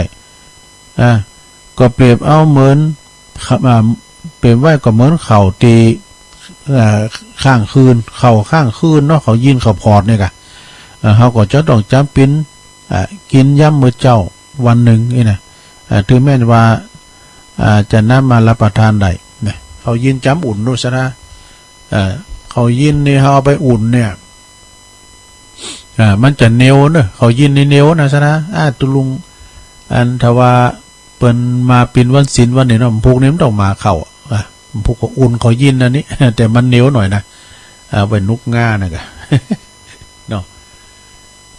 สดาญาโยมตอนแล้วก็อุจาปาศัยกันไปเนอะวันนี้ก็ยังเจ้าอยู่นะวันนี้เป็นวันพัดวันพัดนี่ก็จะมีอยู่สองเนาะเติมแรงบื้อแถมบ่าย3 โมงก็มามาจ้ามาปะมาปบกันแถมนะตุลุงก็จะได้ทำการบ้านซอหาสิ่งละอันพันละหน่อยโอ้ยมันใจหน่อยสักคำนี่ลงเอ้ยครูบาอาจารย์เปิดมาเนี่ย3 วัน 7 วันในเปิดมาเตอก็ชั่วโมงเดียวซ้ำเตอก็อันนี้มัน2 ชั่วโมงเนี่ยก็นักนาป้าป่านบางทีตุลุงก็เปิดสายหนักไปหน่อยบางคนเปิดก็สู่นักก็ซ้ำเตอก็มันมดเฝ้า ก็เปลี่ยนบรรยากาศเปลี่ยนกันกันแต่ว่าตุลุงก็เอาข่าวสารงานบุญมาประกาศพองสนองงานครูบาอาจารย์นะเปิ้นจะมีการไม่งานเพราะว่าเดี๋ยวนี้เปิ้นก็ปลดล็อกกันไม่พองละนะมีการไม่งานก็ประกาศเป็นการกระตุ้นเนาะเป็นการกระตุ้นข่าวสารงานบุญต่างๆ12 เวทีในสถานญาติโยมทั้งหลายนะเจ้านี่เอาน้ำตาหมดสุ่มของอาจารย์ชัยทองคันละนะอันนี้แฮมอย่างหนึ่ง12 วิธีฝึกเป็นคุณคิดบวกนะเพิ่มว่า1คือยิ้มเสมอยิ้มแย้มแจ่มใสนะลงเนอการยิ้มนี่เป็นการที่ลงทุนหน่อยแต่ได้ผลหนักนะการเฮาดักกึกหมึกเนี่ยก็มันก็ไม่ค่อยสดใสนะคุณลมงานโดยเฮาก็สดชื่นนะการเฮายิ้มแย้มแจ่มใสมนจ้าหวานใส่กันเนี่ยพุทโธเสียงหมดเวลาได้หัวคิงหรอกเนาะคือยิ้มแย้มแจ่มใสซึ่งกันและกันเฮาคือยิ้มนี่มันจะได้ขายได้จะซื้อดูจะได้ซื้อยิ้มไปเด้อเนาะ2ทบทวนสิ่งดีๆในชีวิตเฮาสิ่งที่ดีในชีวิตเฮามันมีหยังพองก็กึดพอเนาะข้อที่3คือรางวัลตัวเองโดยรางวัลตัวเองเนี่ยวันนี้เฮาชนะใจเฮาเนอะเฮาหมอกไปต่างนอกนะกินข้าวแล้วเฮาก็พักผ่อนนี่นะก็อันนี้รางวัลตัวเองแหละชนะแล้วเนาะข้อที่4เลิกเป็นคุ้นขี่บ่นเนี่ยไปแซมนะลงเด้อไปขี่บ่นเด้อนะมันก็ซ้ำเติมมันก็มีเป็นคุ้นนะที่เปิ้นขี่ซ้ำนะขี่แซมนี่ฮะนะขี่จมขี่แซมปากย่อยพวกเราลองฟังหน่อยลงเนอะพวกจะเอาเลิงยาปากย่อยนะยาปากย่อยยาปากบ้อนน่ะมาเล่าให้ฟังก็ต่อเนื่องจากถ้ำที่ภูมิเจ้าน่ะ เปิ้นมีบทหนึ่งบทสองตอนหนึ่งตอนสองจะเอากำเดียวกับโกมันดำเต้นสุดมันจะยาวลงไปนะบุกก็มาฟังยาปากบ้อนยาปากแซมปากยอยปิ้นจะใดมันก็คล้ายๆกับนิทานเหมือนกันเนอะนะข้อที่ห้าชื่นชมสิ่งรอบตัวนี่เฮาปลูกดอกปลูกโด่งกาฮดน้ำตุ่นไม้กาชื่นชมโอ้งามเนี่ยปิ้นสีสันปลูกดอกปลูกโด่งนี่ก็งามไปทั้งแบบหนึ่งข้อที่หกเดินลงเนอะอยู่ใกล้ๆกับคนคิดบวกนี่แนวรวมกับเฮาเนาะจะเจอกับคุณเฮาจะเจอมันอุ่มใจผูกถูกต่องลองไล่กันดูเฮาคืดไปอย่างหนึ่งเปิ้นคืดไปอย่างหนึ่งคืดไปตั้งลบติ๊กๆเห็นนะแล้วก็ข้อที่เจ็ดห่างอยู่ห่างกับคนคิดลบนี่คิดลบเลยนะข้อที่แปดอ่านธรรมะคำคมข้อคิดนี่โอ้บ้านี่เปิดสถานีนี่สถานีปุ่นนกยุงนะดอยหลังถ้ำต่างงานไอ้นิกรนี่เปิ้นปิ้นแม่เบ็ดใหญ่ยะเปิ้นอยู่คายใหญ่อยู่บุญปุ่นดอยหลังถ้ำเปิ้นมีธรรมะคำคมเฮ้ยนะน้ำใสเกินไปก็เห็นตัวปลา อ่านเปิ้นใช่ไหมคุกค้างอย่างตุลุงเนอะเขาทาเหมือนกันฟังเปิ้นนะนามเลขานเปิ้น601อะไรนะลืมไปแล้วแล้วก็อ่านข้อคิดคำคมอย่างหนักหน่อยแล้วก็ข้อที่เก้าสถาคิดถึงคนที่ลำบากกว่าเราเนี่ยเปิ้นยังทุกข์ยากลำบากกว่าเฮาบ่อีพุทโตมียังดีอยู่นะตั้งเมืองนอกนะสถาญาโยมเมืองไทยก็ถ้าแต่มีอยู่คุณไปมีสองเท้าเนาะสุมาสองตีนนี่นะแขนก็มีขับรถก็ได้บัญญังก็ตามจะใจโดยตีนหมดนะสถาบางพองนี่ใจตีนอย่างเดียวเนี่ยเอากำผู้กันวาดเน็ตเดินคุณดีมีมือกันเนี่ยเพื่อว่าดอยตั้งหนึ่งก็เด่นตั้งหนึ่งไงเนาะมีพรสวรรค์เนี่ยข้อที่10เนาะข้อที่10นี่ก็จอยผู้อื่นถือเป็นสุขนี่ก็จอยเนาะถือเป็นอื่นเป็นสุขสับเตตุลุงวานยังพิษพาไปก็สุมากับศรัทธาญาโยมโดยอันใดที่มันมนก็เป็นสุขตุลุงก็มนอกมนใจด้วยอีกข้อที่11หยุดความคิดลบนี่สุดท้ายข้อที่2ฝึกสมาธินี่ฝึกสมาธิก็ฟังหรอกนะวันติดฟังอาจารย์วรรณชัยพอลุ่มหายใจโตเก่าเนี่ยก็สมาธิเหมือนกันนะสดานะเนาะ ฝึกสมาธิพอลุ่มหายใจโตเก่าเข้าพูดออกโทอย่างไปนะกะ อันนี้ก็เป็นจะขอคิดคำคมเล็กๆน้อยๆเนาะสดาตอนนี้ไปก็จะเอาข่าวสารงานบุญมาสักหน่อยก็เนื้อลงเนื้อกล่อมป้อนร้ายมันเก่าแหละนะข่าวสารงานบุญนี่ก็ต่างวัดสันควงคำตำบลตาวังเป่าอำเภอสันปัดต้องโดยมีเมตตาบารมีธรรมอาจารย์ท่านพระครูสาธรวีรกิจท่านเจ้าคณะตำบลตาวังเป่าเจ้าวัดสันควงคำเป็นประธานในการที่ว่าเปิ้นจะหล่อเนอะจะเททองหล่อพระอริยเมตไตรแล้วก็จะมีทรงน้ำพระธาตุเจดีย์โดยประจำปีนะก่อนในวันที่21เนอะอาทิตย์ที่21เมษายนนะก็เริ่มตั้งแต่9 โมง10เป็นต้นไปวันค่ำเนอะไปกินแป้ตานไปทรงน้ำพระธาตุแล้วก็ไปโลมปูจ้าแผ่นดวงกันอย่างกันนะตีวัดสันควงคำนะตุปิการฝากประกาศมานะขอบคุณตุปิการเนอะงานต่อไปนี่ก็วันที่28มีนาเนอะปลายเดือนเนี่ยงานประเพณีที่วัดจันทร์ก็คือเปิ้นจะไปรวมทำบุญโดยนะคืนสีขาวเฮานะคณะสงฆ์เฮานี่ก็จะไปกันหลายโดยกันนำกองท่านพระครูอภิวัฒนวิกรมครูบาอาจารย์ในคืนของเฮานี่ก็จะไปกันหลายแต่ตุลุมได้ไปเฝ้าเสา ปุณณวัดจันทร์คืออำเภอกัลยาณิวัฒนาโดยเมตตาบารมีธรรมอาจารย์พระครูจันทร์กิจจสาโลพระครูจันทร์นะเปิ้นติดไปออกรายการเนี่ยสระถ้าปุณยังหนาวอยู่เนี่ยวัดจันทร์นี่นะแต่ตัวลุงก็ลำได้เคยไปสักเตือนะตานเตียนปีนี้เปิดจะไปปุณอาจจะไปกันบ่เนาะเพราะได้ตานเตียนอยู่เด้อหล่อเตียนก็จะหล่อที่วัดห้วยตองซักเนี่ยนะจะห้วยตองซักแม่นกะ ญาณสังวรกะ ญาณสังวรารามกะฮะจะได้ก็วันที่28เนอสดาเนอไปกินแปดตานกันหรือว่าโลมโตกันพระจะไปก่อนรถตู้เนาะมันก็ไกลเหมือนกัน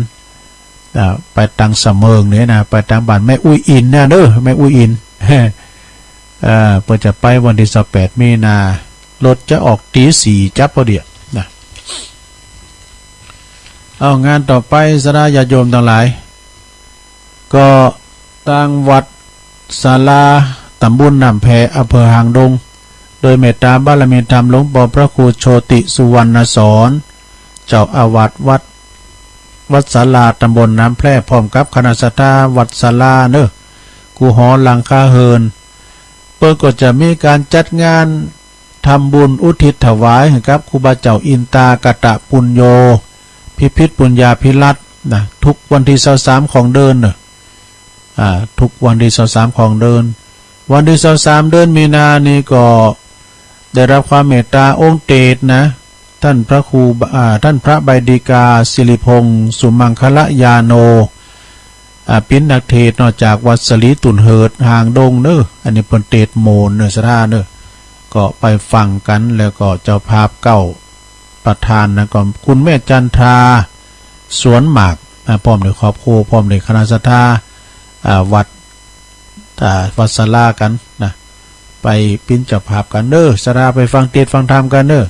ที่วัดศาลาตำบลน้ำแพร่วัดศาลานี่อุถึงว่าท่านพระครูเพิ่นบอกว่าแต่เมื่อสมัยครูบามาละนะคุณขึ้นสู่ลุงหาครูบาอาจารย์นี่เพิ่นมาหันหมดเปิ้นมาที่วัดศาลาเนี่ยนะครูบาเนี่ยเปิ้นสวดมนต์เก่งเวลาสวดมนต์ตันกล้ามเนื้อกายนะเปิ้นก็มีบารมีแห่งตลอดถึงจำเดียวนี่เปิ้นก็ขึ้นสู่ลุงหากันอยู่วัดเธอก็เป็นมีการวิงานก็คุณนักคุณหลายด้วยแล้วก็ช่วยเหลือสังคมด้วยเวลาว่าเปิ้นสินลมหายใจเปิ้นก็เอามาไว้วัดหลวงพ่อเปิ้นมีเมตตาธรรมสูงเนอะเปิ้นก็จัดแจงแต่งดาคุณที่เปิ้นมากวาดวัดในตี 4 ตี 5นี่มาก็รัวๆกวาดฟรีนะเปิ้นจิตอาสาดูอย่างเฮานี่ได้จ้างแต่ว่าเฮานี่เอาเครื่องเป่าเดี๋ยวนี้สบายละเป่าใบไม้อันนี้วัดศาลาเนอะศาลาญาติโยมทั้งหลายต่อไปงานต่อไปวันที่14มีนาเนอะ14มีนานี่ศาลาญาติโยมเปิดจะมีการฉลองตราตั้งเจ้าอาวาสที่วัดสันกำแพงเนอะศาลาเนอะตราตั้งเจ้าวัดวัดสันกำแพงสันกำแพงก็ท่านพระมหาสมพงษ์นะเปิ้นก็เดิมเปิ้นก็อยู่พระบาทเข้าเดิมเปิ้นอยู่เว้งแก่นมันก็แล้วกันฮะเนาะตัวปีมหาสมพงษ์นี่นะยังมาอยู่ด้วยกันพระบาทนี่โอ้เปิ้นเป็นผู้ที่ว่านำสวดกันเนอะนำสวดนำโยนะระดับแนวหน้านะท่านพระมหาดุยเขาในก้าเนี่ยวุฒิพงษ์เขาเนี่ยตุลุงอุดเขาเนี่ยพอตุลุงก็คุ้นเคยกันนะคุ้นเคยกันกับครูบาอาจารย์กุต้นกุองฉะนั้นก็วันที่14เนอะที่วัดสันกำแพงตำบลมะกอกอำเภอป่าซางนะเปิ้นจะมีการทำบุญฉลองตราตั้งเจ้าอาวาสไปแสดงมุทิตาจิตเนอะพระจะไปเปิดห้องตันจะไปหับสังก็เจิญใดนะติดต่อใดไปตีปลงจีก็ได้รุ่นอุดสมปลงจีเขาวัดสันกำแพงแล้วก็ต่อไป14เมื่อกันเนอะชนะเนอะ14มีนาก็คือวันติดหน้านี่กันเนาะอันนี้เปิ้นว่าขอเชิญรวมงานประเพณีทรงน้ำพระธาตุแล้วก็มีการยกยอดชัดบรรจุพระบรมสารีริกธาตุโดยประดิษฐานเนอซุ่มประตูโขงของวัดขแมดตำบลโขงเป้าอำเภอจอมทองจังหวัดเชียงใหม่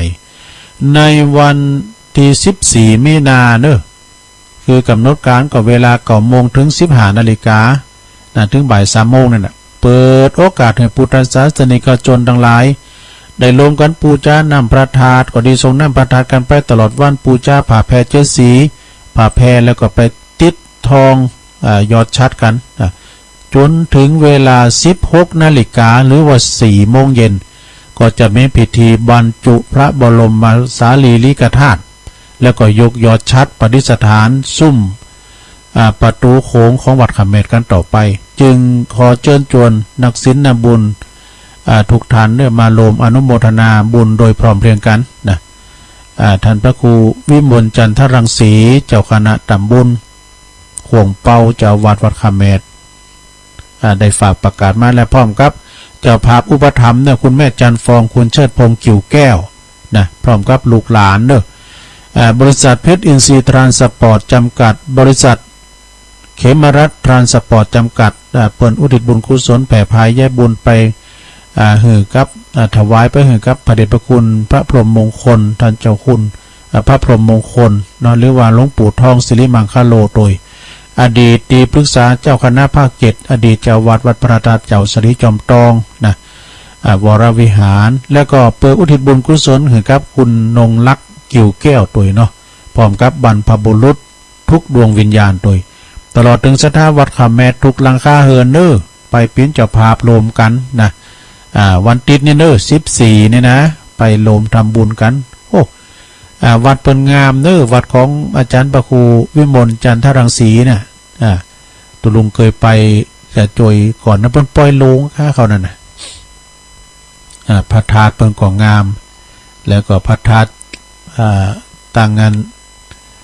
สุ่มประตูนี่ก็ต้องซ้ำงามนะงามแต่งานต่อไปในหลวงเนองานต่อไปก็ในวันที่12นะ12เดือนนั้นเมษาปุ่นนะ10เมษาเนี่ยอันนี้เป็นปี10เมษาน่ะตึกปีบินเป็นหันในเฟซของตึกปีบินทางคณะสัตวัดสุวรรณวิหารโดยเมตตาบารมีอาจารย์ท่านเจ้าอธิการท่านบดิกาศิวะนาถาสีโลเจ้าคณะตำบุญนะตัวปีบินเท่านี้นะเป็นเจ้าคณะตำบุญนครเจดีย์เขต2เจ้าอาวาสวัดสุวรรณวิหารพร้อมด้วยคณะสัตยาเนี่ยก็ขอเชิญโลมทำบุญงานประเพณีทรงน้ำพระธาตุเจดีย์แล้วก็ทรงน้ำรูปเหมือนของท่านพระครูเวรุวันพิทักษ์ครูบามหาเขื่อนข้ามอัตตสันโตอดีตเจ้าอาวาสวัดสุวรรณวิหารอดีตเจ้าอาวาสวัดพระพุทธบาทตักผ้าแล้วก็อดีตเจ้าคณะอำเภอป่าสร้างโดยในวันเสาร์ที่10เมษายนนะวันเสาร์ที่10เมษายนก่อนเริ่มตั้งแต่เวลา9 โมงเป็นต้นไปนะเชิญโลมทำบุญปิ้นเจ้าภาพสังฆทานประสงค์พิธี25ชุดด้วยกันเนอะชุดละ 1,000 บาทนะติดต่อสอบถามหรือว่าแจ้งความจำนงปิ้นเจ้าภาพได้ผ้าไตรแถม25ชุดชุดละ500 บาทเนอะนะหรือว่าจะเอาถึง2ก็ชุดละ 1,500 บาทเนาะแล้วก็ไปแจ้งความจำนงกันได้ก็ยังไกลอยู่เนาะปรึกษาหารือกันก่อนหรือว่าสถานแม่บ้านท่านใดจะไปปิ้นเอกชนไปปิ้นขอบโคที่จะไปแจ้งความจำนงเนาะไปเปิดโรงทานอาหารเมนูต่างๆน้ำดื่มก็ดีของหวานหรือว่าจะปิ้นอาหารประเภทใดก็ตามก็ไปแจ้งความจำนงเด้อเปิดโรงทานคุณจะหนักจะหลายเปิ้นมีเปตองแข่งขันตลอดวันแบบโอเพ่นด้วยเนอะแข่งขันเปตองตลอดเนาะติดต่อสอบถามได้ตลอดเวลานะแล้วก็วันที่11ในวันเนี้ยก็แม่จันสีที่วัดพระพุทธบาทตากผ้าตำบลมะกอกอำเภอป่าสร้างนี่โดยเมตตาบารมีธรรมในพระเดชพระคุณหลวงพ่อพระครูท่านเจ้าคุณพระพุทธบาทพิทักษ์เจ้าคณะอำเภอป่าสร้างเจ้าอาวาสวัดพระพุทธบาทตากผ้าพระอารามหลวงเปิ้นจะมีเททองหล่อพระศิวลีเนาะมหาลาภนะเป็นวันเกิดของพระเดชพระคุณท่านเจ้าคุณโตยนะข้อมูลโดยแม่จันสีบ้านมะกอกเนอแม่จันสีเนาะตุลุงก็ประกาศว่าเพราะว่าที่หันก็ที่อยู่เดิมของตุลุงในวันเสาร์วันที่21เมษายนก็ตั้งวัดพระพุทธบาทห้วยต้มเปิ้นก็จะทำบุญอุทิศถวาย50 วันถึงกับครูบาเจ้าครูบาเจ้าพันครูบาพันแล้วก็หรือว่าครูบาท่านพระครูพินิจสารธรรมอายุเป็นเก่า73 พรรษาโยมนะทำบุญวันที่21นี่ก็ทำบุญปัญญามะวานนะ50 วันเนี่ยปัญญามะวานสดาญาติโยมพระจะไปลมบุญลมกุศลกินต้านก็ไปท่านพระครูก็จะไปเนอะเปิ้นก็จะไปปิ้นสงพิธีตัวก็ไปกินแป้ตานตัวนี่นะ ในวันที่21มีนาเด้อที่วัดพระพุทธบาทห้วยต้มอำเภอลีนะอำเภอลีจันทร์นี่ไปเป็นเกือบ100 กิโลซะนะงานต่อไปทำงานหนึ่งก็อันปอยหลวงวัดเสาหินเด้อตำบลศรีโบบานอำเภอเมืองจังหวัดละปูนบ้านโคแคมหมู่4ตัววันที่28ปลายเดือนนี่นะเพิ่นก็จะต้านจอต้านตุงต้านไม้ต้านค่าอย่างนี้กันเนาะวันเลิกต่างพอดีแล้วก็จะเริ่มงานก็วันที่8เมษายนเนอะเวลา1 ทุ่มตรงก็จะมีการถวายสิ่งก่อสร้างโดยพระสงฆ์จำนวน59รูปดูโอ้เปิดมาเป็นสักขีพยานโปรดเมตตามาสวดมนต์โดยหยังพองไงกะนะในวันที่8เมษายนนะเปิ้นจะมีถวายสิ่งปลูกสร้างพระสงฆ์59รูปนะแล้วก็วันที่9นั้นก็พระสงฆ์เจริญพระพุทธมนต์นะตอนเจ้าเนี่ยเบิกเนตรไขตาพระเจ้านะวันที่10นั้นก็ศรัทธาพี่น้องชาวบ้านก็แห่โคตานอันนี้ พี่น้องเสาหินแห่โคตานเข้าไป11นั้นก็โคตานโหวัดดูโอ้มีหลายวันเด้อศรัทธาเด้อพระอธิการบุญส่งโสภณจิตโตพระอาจารย์เอกพลชุตินทโรรองเจ้าวาดหรือว่าเอกพลมูลโลกนักเทศเสียงทองแล้วก็พี่น้องตั้งเสาหินฝากประกาศมาเนอะก็ไปกินไปตานกันนะมีแล้วก็หาเนี่ยเดี๋ยวนี้งานข่าวประชาสัมพันธ์ถ้าว่าขาดตั้งใดก่อสุมาภัยเนอะเอาละตอนนี้ไปก็ได้เวลาพอดีกับเป็นบรรยากาศนะลงเนอะเปลี่ยนบรรยากาศตุลุงจะลองเปิดสายพอนะเปลี่ยนกันอู่พองหน่อยมดเฝ้าแล้วนี่ตุลุงนะมดเฝ้าแล้วก็เปลี่ยนกันอู่ตุลุงก็จะเปิดสายนะ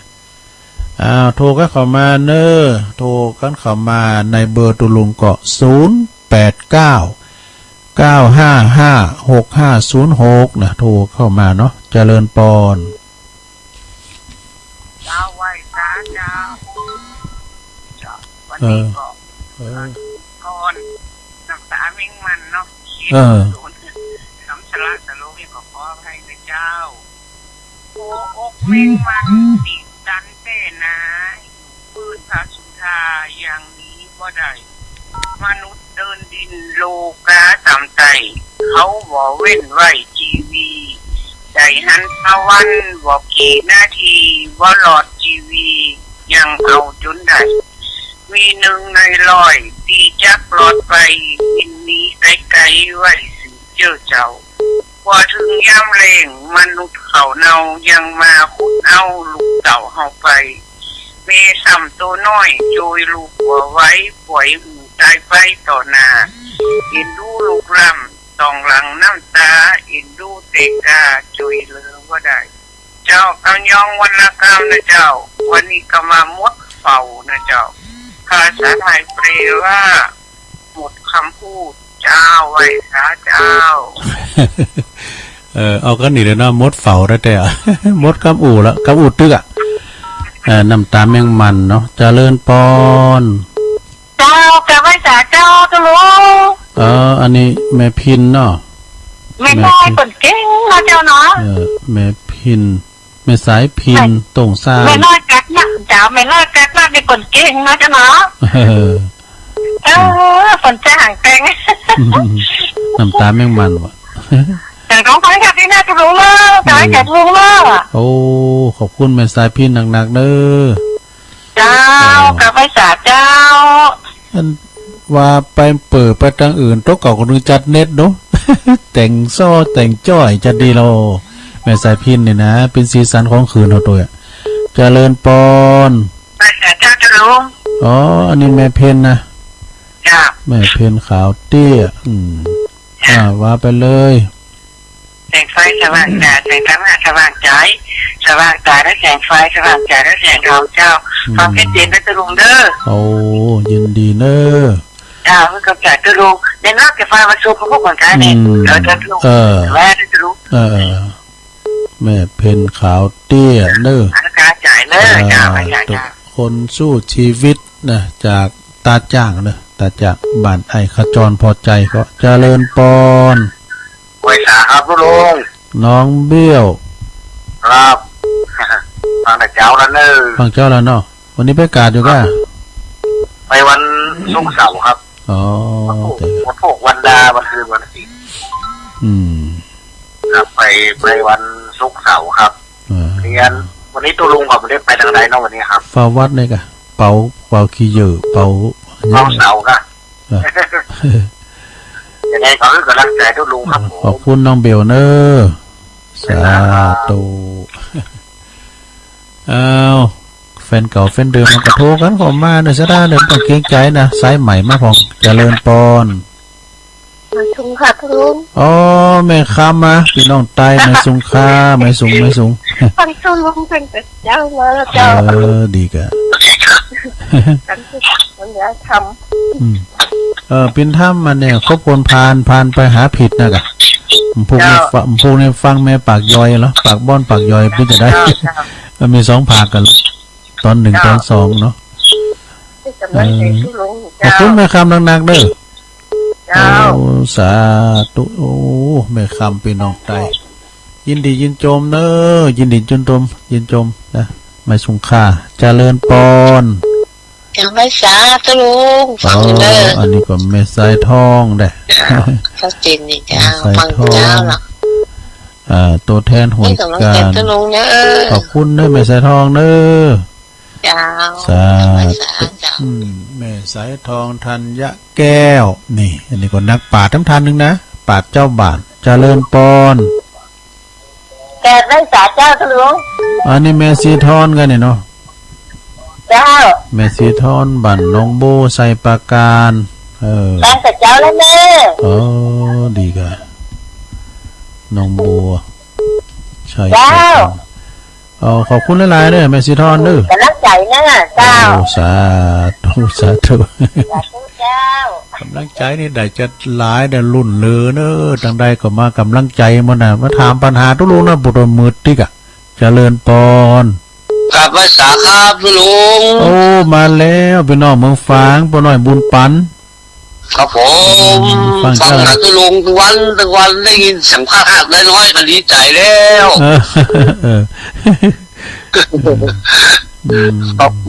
บ้าน เป็นกำลังใจตัวลุงเลย โอ้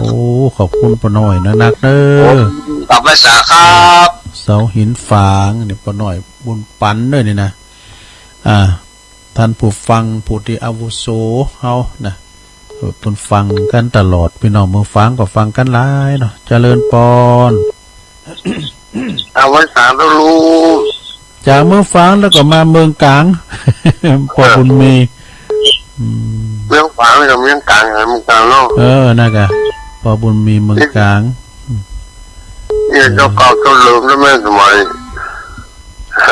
น่ะกะโอ้รุนแรงก็แล้วกะพอบุญมีเนี่ย ฟังกันมาตลอดอ่ะเนาะ ครับ ขอบคุณพอบุญมีหลายๆเด้อ เจ้าเจนนี่เลยนะเลิกกับไว้สา พอบุญมีนี่เปิ่นเป็นศิลปินมีตึงศิลป์ฝีมือศิลป์ปากเด้อห้องเพลงก่อนเน็ตนะแล้วก็ดีซีตีเป่าซึ่งก็ได้หมดอ่ะเจริญปอน เจ้าไม่สาเจ้า อันอยู่ตั้งใดแม่สมพัฒน์ใช่กะ เจ้าแม่และเจ้า แม่สมผัดแม่หย่อยสันทราย เจ้า ฟังเจ้าเหรอ เจ้า ฟังแต่เจ้าเลยเจ้า เมื่อกี้สามมา โอ้ตื่นเจ้าลงแล้วเดี๋ยวฟังเจ้าก็ก่อนเข้ารายการก็หลวงพ่อมันนี่ก็โทรมาอู่มาจ้ากันนะกะวันนี้น้องบิวมาก่อนเวลาสักคำเจริญปอนนะพี่แม่เนอร์แม่สมผัดสาก ำลังใจนะเจ้า ขอบคุณเนอร์สาธุขอบคุณแม่สีตัวไหนแม่สีปั้นโยจากตุนพึ่งสารปีก็โทรมาก่อนเวลาเนาะเจริญปอน ครับไว้สาตัวลุง โอ้วันนี้โปรเล่งมาเจ้าเขาพอบุญตันป่าไล่ ฟังจะรอดเนอะวันนี้รอบแรกเนาะ รอบแรกอ่ะ รอบแรกมามุดหนึ่งแต่ มา ไปเอามามุด มาหมดอ่ะ กลางเมืองเกิงมาหมดแหละ เจ้าบุญตันบุญมาถึงหมดอ่ะ3บุญอ่ะบุญปันบุญตันแล้วก็บุญบุญมี มามันควบกันเนาะนั่นก็เดี๋ยวบุญมาจะมาได้หมด ไว้ได้ทันเด้อขอบคุณปอนักเด้อกำลังใจนะปอบุญตันนี่เป็นเคยกับปอครูโอนด้วยนะปอครูโอนที่เพิ่นตักมาอยู่อ่ะดูห้องปอเลี้ยงไอ้เด้อตุลุง เจริญปอนเจ้ากลับมาจากเจ้าตุลุงแม่ชื่อเตี้ยศิลพรชื่อเตี้ยมะนองละปุนเด้อจ้าติดตามตุลุงไว้นะโดยจะมาดัดจ้าเลยนะจ้าเด้อติดตามตลอดนะตุลุงดีกะจ้ากลับไว้สานะตุลุงเด้อสาธุเจ้าขอบคุณแม่สุเกี่ยวด้วยเด้อเนาะเจ้าเพิ่นฟังกันนักนะเขากู้บ้านเลยอ่ะสีเตี้ยสีละพรสีเจริญเนี่ยแม่ก็เป็นตัวแทนกันเนาะเป็นตัวแทนเปิดเจ้าเพิ่นฟังตุลุงนะครับทุกคนเลยเจ้าฟังกันหลายดีแล้วเจ้าสาธุนะเจ้านะสาธุมาตั้งแม่แก้วยะวาเด้อเด้อแม่แก้วว่าก็โทรมานี่แม่แก้วปุ่นน่ะหวยละแม่ลี่นี่หายไปหรอเจริญปอนเจ้าไว้สาเจ้าตุลุงแม่เอื้องไพแม่เอื้องไพชัยยองไปกัลยาเขาเจ้ากัลยาเจ้าตอนไหนอันได้เฝ้าเสาอาจารย์เปิดถึงเฝ้าเสาน่ะกัลยานะพอเพื่อไปตันตีนนี่ไปกะถ้าไม่ได้ไปนะมันถ้าได้ไปนะมันจะได้จับเงินนะจ้าทุกคนดีเกินเคยไปครั้งแรกที่ไปขึ้นไปนอนนะหนาวอ่ะอากาศทั้งบุรีหนาวอ่ะเนาะโอ้ตัวบ้านเฮามันหนาวนะไปบ้านต้นนะเย็นขนาดเลยทุกคนเย็นบอกมาดูก็อันนี้มันอยู่บุญดอยเนาะไปแต่เมื่อสมัยเนนที่ศพร้องอ่ะที่เพิ่นไปอยู่ประจักษ์เจริญเลยเนนเฟมเลยเนนเฟมแล้วก็ลืมเดี๋ยวเพิ่นยังอยู่นะเดี๋ยวเป็นตัวเจ้าแล้วก็ฮะอยู่ถ้าอยู่วัดหมุนในอำเภอเขาเนี่ยเพิ่นก็เห็นหนังสืออยู่เนาะมจรก็อันสมบูรณ์ไปแล้วเนาะเพิ่นยังออกจากห้างถึงเนาะเมื่อก่อนนี่เพิ่นบรรยายธรรม7เก่งนี่โธ่เนนเฟมเนี่ยมหาอ่านแต่เมื่ออ่านเหรอเป็นตัวเจ้าเลยแต่เป็นตัวเจ้าแล้วมันก็นั่นหลายปีแล้วบุญเป็นที่ได้อยู่กับพระเหลืองเนาะเดี๋ยวโอ้ยน่าจะไปกันแล้วย้ายพัฒนานะม้วนนั่นละเกมเสื้อกันหนาวแน่ๆไม่ใช่เจ้าเกมเสื้อกันหนาวเนอะ28นี่นาซาดาเนี่ยพระจะไปเกมเสื้อกันหนาวไว้บ้านต้นน้ำม้วนเป็นรอดต้นเป็นไม้สักอะจ้ะดูโอ้หาพอได้ยากเนอะเนาะแล้วใครไปหาเจ้าทะลุสาธุ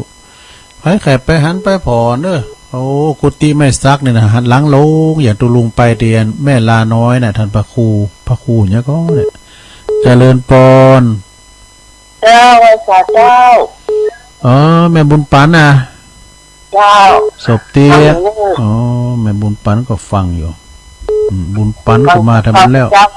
ไหว้พระตัวแล้วจ้ะดีกะเจ้าแม่บุญปันศพเตี้ยไหว้พระตัวฟังชัดเจนเด่นเนาะฟังคืนวัดหอยตองซักเนี่ยเนาะเจ้าฟังยังไงจ้ะคืนนี้ชัดเจนดีกะเพื่อจะปรับปรุงทำการรอบ2แม่จันเดินซ้ายก็ฟังได้หมดลูกปรับปรุงกรรมก็พูดแม่เดินเพนก็ได้แล้วกันขอบคุณแม่บุญปันเด้อสุดเตี้ยโอ้แม่บุญปันก่อนนักลาบุญเนอะกินตั้งที่ไหนกับปุตโตรถตู่2 กัน3 กันกันนะเจริญปอนไปซะเจ้าปุตโตวันในเล่นๆขนาดพี่น้องตั้งร้องเคยกวาวนี่ตัวแทนร้องเคยกวาวมาแล้วแม่บุญเย็นเจ้าฟังอยู่เด้อแบบโอเคครับแม่เย็นเป็นตาอุ่นอันวันนี้ไปไหนเนาะหัวไหนกันเนื้อใช่ไหมหัวไหนอยู่กับฮอกับเพื่อนกันเนาะใส่หอมติ๊กๆอ่ะจ้าขอบคุณเนอะยินดีเนอะสาธุดีใจละได้ ติดได้แล้วก็ดีใจแล้วเนาะละบอกแม่หลวงเขาโทรมาพองกาแม่หลวงเขาผมแม่นางเขาโทรมาพองแม่นางเขาป้าปอพิละเขาเจริญปอนฮัลโหลติดแล้วฮัลโหลวัดการเจ้าโอ้ยายพรโดนนี่มาแล้วปุ๊บยายพรมันดินแหลนขนาดเนี่ยยายพรล่องวัวแดงยายพรลุงเจ้าละกะก็ลูกละก็ตื่นรับตื่นนะล่องวัวแดงแรงบึกก็มาอยู่เนอะแรงบึกก็เก็มก้อนมาเนอะก็จอนมากันบึกมากัน3 โมงก็มาอยู่ก็ลูกประจานนะว้าคำนี่แล้วนอนบ้านหลานอ่ะมาเหมือนเป็นละหอละเฮิร์กะตัวเอวดีนี่อยู่หออยู่เฮิร์นกะไปว่าอยู่บ้านหลานก็อันกันเด็กกันเนาะเอามาว่าเป็นยองวันยองงานวันยองโลกเป็นยองวันประตานนะวันประกาศนะวันเป็นมีประกาศมั่วโคยยองบนไหนเนาะกาดหมู่โคยยองไปเลือกไปแต่งงานตอนอะไรเรื่องปอยดีนี่คุณแกเนี่ยทีนี้ก็เป็นป้ายมั่วนี่กินข้าวลายๆเนี่ยมับกินหนักเจ้าแรงบึ๊บมาป้ากันทำดื้อตั้งอีกก่อนนะเจ้าสาธุเก็บไว้เอาก้อนหักกุหลาบแดงพองเจริญปอนหลังการไม่สาวโหลติดแล้วเหรอติดแล้ววะตั้งไหนติดแล้วเลยติดแล้วนะเลยนี่ได้ยินสุดใจอยู่เนี่ยฮัลโหลจะได้โอกาสนะติดแล้วนะว่าสัตว์น้องตั้งไหนจ๊ะน้องขาวโอ้พ่อครูพ่อกำนันนะโอ้เจริญพรโปรแกรมนั้นสันติสุขโอ้อีกาโอ้ปีไอใต้หัวเป็นกำลังใจเจ้านะโอ้เป็นว่าเป็นฟังดูนะโตขอบคุณแต่วันนี้ได้รับเกียรติอย่างยิ่งเนอะจากสายบุญโปรแกรมนั้นสาธุเนอะเจริญปอนสาธุอันนี้ก็โปรแกรมนั้นสันติสุขชัยวงศ์เปิ่นโทรมาให้กำลังใจสองเลยจ้ะแม่อันนี้แม่ยังก็แม่สีปัญโยจ้าฟังนะจ้าแม่ไหว้พระสวดมนต์ตุลุงนะจ้าแม่แต่ก็ตุนพึ่งสารปีเนาะจ้าแมลงมันได้ยินตุลุงที่อยู่มันดีเจ้ามันอย่างมันได้ยินแมลงหรอวันแรงนี่ก็ลุงกับโหเนี่ยฟังคืนประดมมากะฟังไหลไปไหลมาก็ได้ยินเหมือนดังไว้บันดังอ่ะตุนพึ่งสารปีนี่อยู่ตำบลยังไหมอยู่ตำบลยังมันแม่อยู่ตำบลยังตำบลสันทรายอ่ะเจ้าตำบลสันทรายเจ้าตำบลสันทรายมหาวงอ่ะเจ้าหมู่นั้นเพิ่งก็ฟังกันได้อยู่ก้าเนาะไม่ได้ยินเจ้าความจริงคืนของงานวัดไฟหินเนี่ยเป็นแผ่ขยายกว้างไกลเหมือนกันน่ะแต่จุดบอดจะได้จ้ะเนาะลองต่อสายขึ้นหน่อยนะลุงเนอะแม่เขาได้ให้ยินเขาฟังไหลไปแล้วแม่ก็ได้ยินถามคนใดก็ว่าไม่ได้ยินมันจะยินก็มาจำแมลงมันยินอันญาติโยมปรากฏว่าเขาเมื่อสีเขาลงโทรถามว่าใครจะเป็นตาวิทยุก็คนน่ะมันได้ยินสักคนน่ะอันนี้ถ้าจุดบอดเนอะอันน่ะกันลองต่อสาวขึ้นเนาะต่อสายขึ้นเนาะแต่จะพยายามมาได้มาซีเนอร์สาธุก็การที่ว่ามันได้ยินนี่ก็ทรมานเหมือนกันน่ะตุลุงผมจางได้เยอะฮือด้วยอ่ะชื่อให้ใหม่มันเดียวเจริญปอนไหว้สาเจ้าแม่โอนนะหลวงโอนเนาะเจ้า หลวงโอนมาแล้วคือตึงห้าเหม่งบ่เนาะกิติลังกา กิติลังกาหลวงโอนวันนี้แบ่งได้นะ เดินเป็นเจ้าแล้วดีอ่ะฟังเพลงชวนหมดเนาะเพลงเก่าในมนต์นะพวกกับเพื่อนมาเจ้ากับฟังแถมฟังกันไปแรงก็มีอยู่กันแรงบึ้ก็มีอยู่กะแรงบึ้ก็จะเอาทำตัวอุ่ยมาเตะได้กะเนาะแรงนี่มันจราจรกลางฟังที่ของมันลุมก็ได้หรอก่อนนั้นนากาฟังที่ลุงโดมก็ได้นากาบอกให้เราว่ามันใกล้นะมันไก่ดูโอ้ผมกับอาจารย์ประคุณนางรถไปในปุตุไปพอในเมืองปุณว่ายังได้ยินอยู่นะของประดมเนี่ยคืนเป็นไก่เนาะอ้าวขอบคุณหลวงโอนเนอะไว้หลวงโอนกิติลังกาสันขวางเนอะสันขวางก็ลายวัดฝ้าหลังเนี่ยนะหลวงโอนเจริญปอน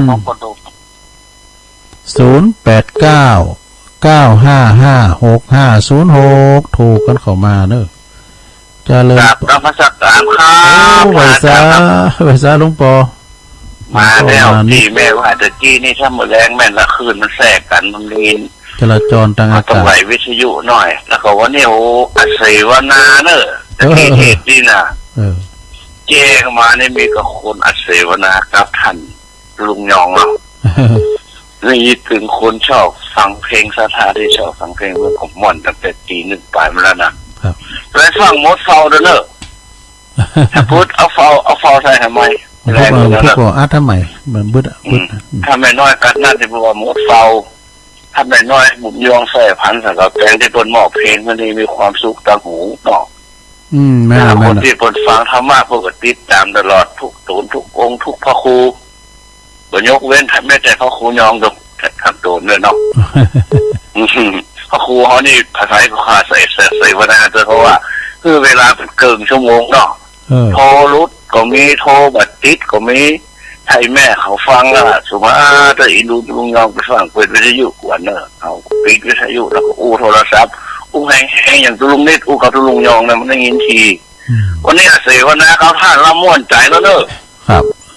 ครับขอท่านอยู่ดีมีซุ้มนะครับไว้สาครับกราบนมัสการในความขอบคุณครับผมไว้สาหลวงพ่อเนอะหลวงพ่อมานิถาวโรนะ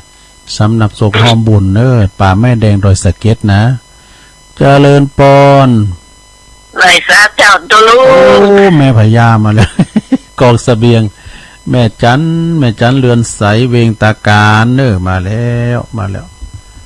โอ้ตั้งใจขันได้เลยนะครับฟังไปฟังเป็นโทรมาก็มนดีนะนะครับ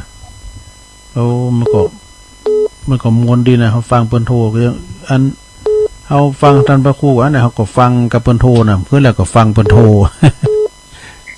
หลายบ้านหลายจอมหลายจังหวัดโอ้แต่เพื่อนมึงเปล่ามึงฟังป่ะเนี่ยเนาะแจโฮมยังมาตัวเนอะไปสอบหาเอาคนเดียวติดเหมือนได้ยินก็อินดูนะโอ้อินดูให้ล่ำแต่กาต่อสายถึงบุญธรรมะตัวเจ้าตั้งหลายที่มาธรรมะนี่เราสัตว์ตึงได้แต่การมันเจนเนี่ยตัวรู้โอ้ขอบคุณแม่จันหลายๆเนอะไว้แต่เจ้าอย่างนั้นอาจารย์หลวงพ่อมานิดวานั่นเพราะว่าตัวลุงในแป้งใจฮะแล้วก็ตัวก็มดเฝ้าก็เขาก็มีการจัดโลมกันเนี่ยเนาะแบ่งเบ้าภาระกันไปกะ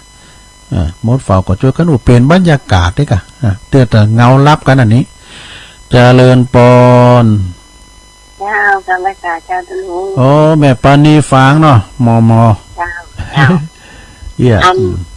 ฟังตุลุงจะเอาหน้าจิ้มรับไปยังไงไปปิ้นยังก่อนรับไปกะถึงมอยรับไปดูแต่ตุลุงเป็นเพื่อนเปิดสายปิ้นยังตุลุงก็อันนี้จะฟังท่านพระครูนะอย่างเข้าไปแอวงานโดยเพิ่นตัวเดี๋ยวก่อนมอยรับไปสะดุ้งตื่นมาเปิดสายแล้วมันจะกล่อมกันมันกล่อมเนาะการนอนมาถึงรับการนอนเติบนางก้ามนางใกล้นี่ก็ถึงรับเนี่ยบางพองปรากฏยิบจักตัวก็มีนะ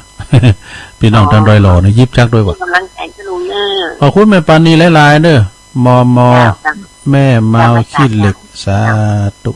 ยะโทรมาทักทายกันนะเวลาหลายอยู่เด้อสถานเด้อเข้ามาในเบอร์0899556506การไพ่มต้อมเต้นกลุ่มแรงเพื่อกดโทรมาแถมเนาะเจริญปอน ไว้สาเจ้า อันนี้เหมือนว่าแต่ตั้งใด ตั้งหัวโมง โอ้แม่อมพรน่ะมันนั่นมาป้อนสบายแล้วก็มาได้โทรฮะดีกะอันหวยโมงเนาะเวงอ่ะโตนึงเว้งยองอ่ะฮะในเวงอ่ะไอเว้งอ่ะโทรมากันแล้วไอเวงยองอ่ะน่ะ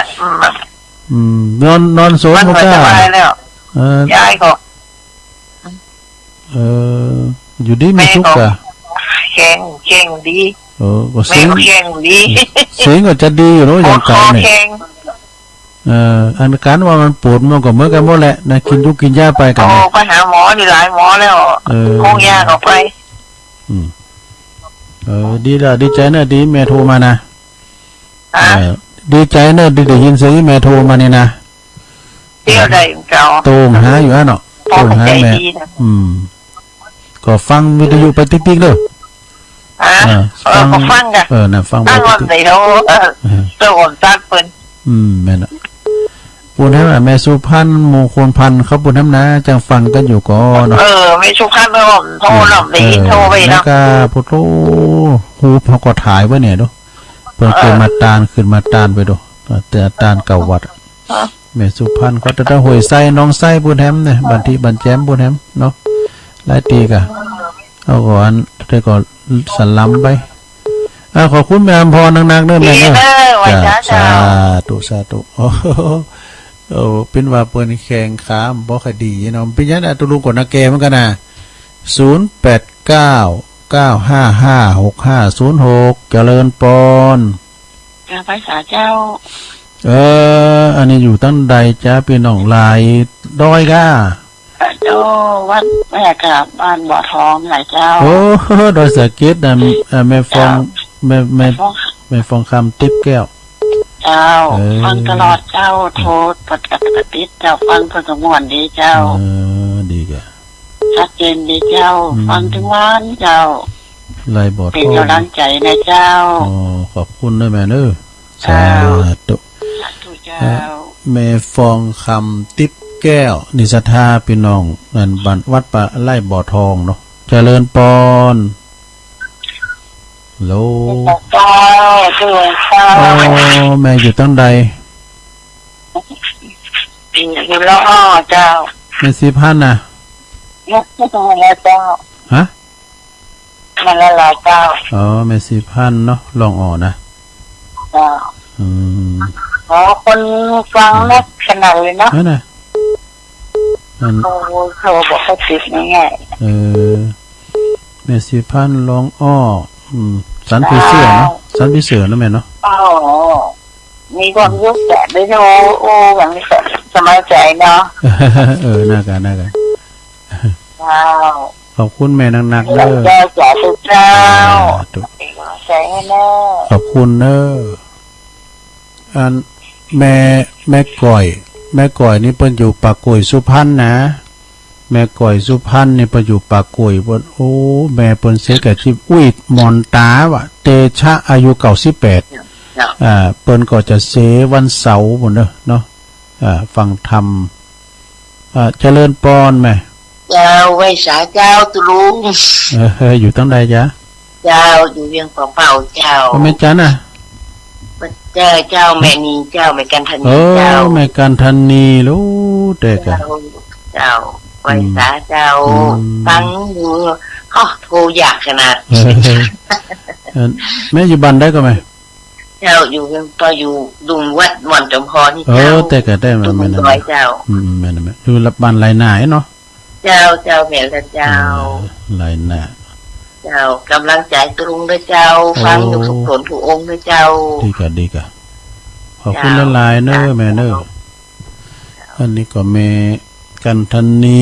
ไปอยู่มอนจอมผอพุ่นเนอะอย่าจมของตุลุงแก้วเขาเนี่ยกะ ครูบาดอยเขา0899555650อันทำสายเจริญปอนตู้ลุงจะทันได้จ้าแม่เป็นต้นม่วงเจ้าพี่น้องเจ้าแจ้โหมาเป็นต้นม่วงไม่อายเจ้าไม่อายแม่เนี้ยก่อนแม่เจ้าอันลูกหูเข้าจะใส่บาตรมากับตุลุงฟังตุลุงอยู่นะเจ้าดีกันให้กำลังใจเจ้าขอบคุณแม่เนอสาธุ